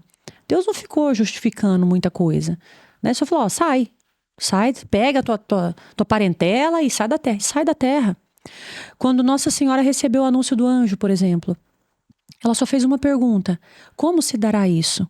Eu vejo que para esse silêncio do Senhor passar, você tem que perguntar, tá, Senhor, como se dará isso? O que tem que acontecer agora? Faz na minha vida. E a gente está tentando fazer sozinho. Só que Nossa Senhora fala, faça-se em mim conforme a sua palavra. Essa é a resposta mais poderosa para mim. E é isso que eu rezo hoje. Inclusive, preguei sobre isso no final de semana. Tô falando com vocês aqui agora porque é uma fala de Nossa Senhora que eu tô rezando já desde o início do ano. Eu não tô pedindo mais as coisas para Deus, só tô pedindo para Ele cumprir em mim a palavra dele. Ai, que só. ótimo. Se Ele fizer isso, você vai para onde você nem imaginou. Porque tudo que você imagina é muito pequeno, é da sua cognição, é da tua razão, é possível ter os recursos financeiros ou não. Agora, quando você fala, Senhor, faz o que é teu, cumpre a tua palavra na minha vida, aí você abre um lugar espiritual e humano que antes você não tinha. E mesmo que ele fique em silêncio, você sabe o que ele está fazendo. Mesmo que o Senhor fique em silêncio. Entende? Por isso que eu falo de conversar com a Madre Teresa. Porque mesmo ele na cabeça dela, no sentimento dela, em silêncio, olha o que a mulher não fez. Gente, olha o que ela fez. Sim. Pelo amor de Deus. Olha como olha que vida fecunda. No silêncio, sem sentir. Sem sentir, olha o que ela fez. Cara. É isso, é essa vida que eu quero. Então cumpra a minha palavra, Senhor. Eu entendendo, eu não entendendo, eu sentindo, eu não sentindo, eu te ouvindo, eu não te ouvindo. Me move, me empurra, abre as portas, sinaliza, Senhor, eu vou. Mas cumpre a tua palavra. Isso é poderoso. Por isso que eu falo que eu tô só começando, porque eu não sei onde a palavra vai me levar. Amém. Né? Ai, É que isso. maravilha, É Ju. isso. Obrigada, tá? Que Deus abençoe você, abençoe sua caminhada. Por favor, deixa o teu Instagram de novo, seus cursos. Vai ter Isso. lançamento de um curso novo, né? Isso. Pode falar pro pessoal. Meu povo e minha pova, se você nos acompanhou até aqui, meu Instagram é @JulieRachid. Eu conto ali com várias pessoas me acompanhando, mas tá faltando você. Eu tenho certeza que se você começar a me acompanhar em poucos dias, você já vai começar a mudar algumas coisas na sua mentalidade e que vai alcançar a tua mudança de vida também. Meu Instagram é @JulieRachid. Lá você vai encontrar no link da minha bio o meu curso sobre vida de oração. Um curso simples, rápido, fácil, onde eu te ensino a rezar todo santo dia. No primeiro módulo, eu te ensino as orações dentro do catecismo, como o catecismo ensina a oração vocal, mental e a contemplativa. No segundo módulo, eu te ensino a minha metodologia em 5 passos para falar com Deus todos os dias. E todos os dias você recebe um áudio meu refletindo com você a liturgia diária. Show de bola? Tá lá no link da bio. Em novembro, a gente vai ter um lançamento, mas a surpresa vai chegar lá. E eu tô esperando você junto comigo na peregrinação Caminho das Rosas. O grupo já está sendo formado agora, tá bom? Para que você tenha tempo de se organizar financeiramente e estar comigo de 14 a 29 de agosto de 2026 em uma peregrinação que vai transformar a tua história à luz do coração da Virgem Maria, de Santa Teresa, de Santa Terezinha, para que você seja mais de Deus. Amém? Amém! Valeu, gente! Compartilha Muito bom, aí! valeu. Valeu. Muito Obrigada, compartilha, Ju! valeu. Tchau, tchau! Muito bom.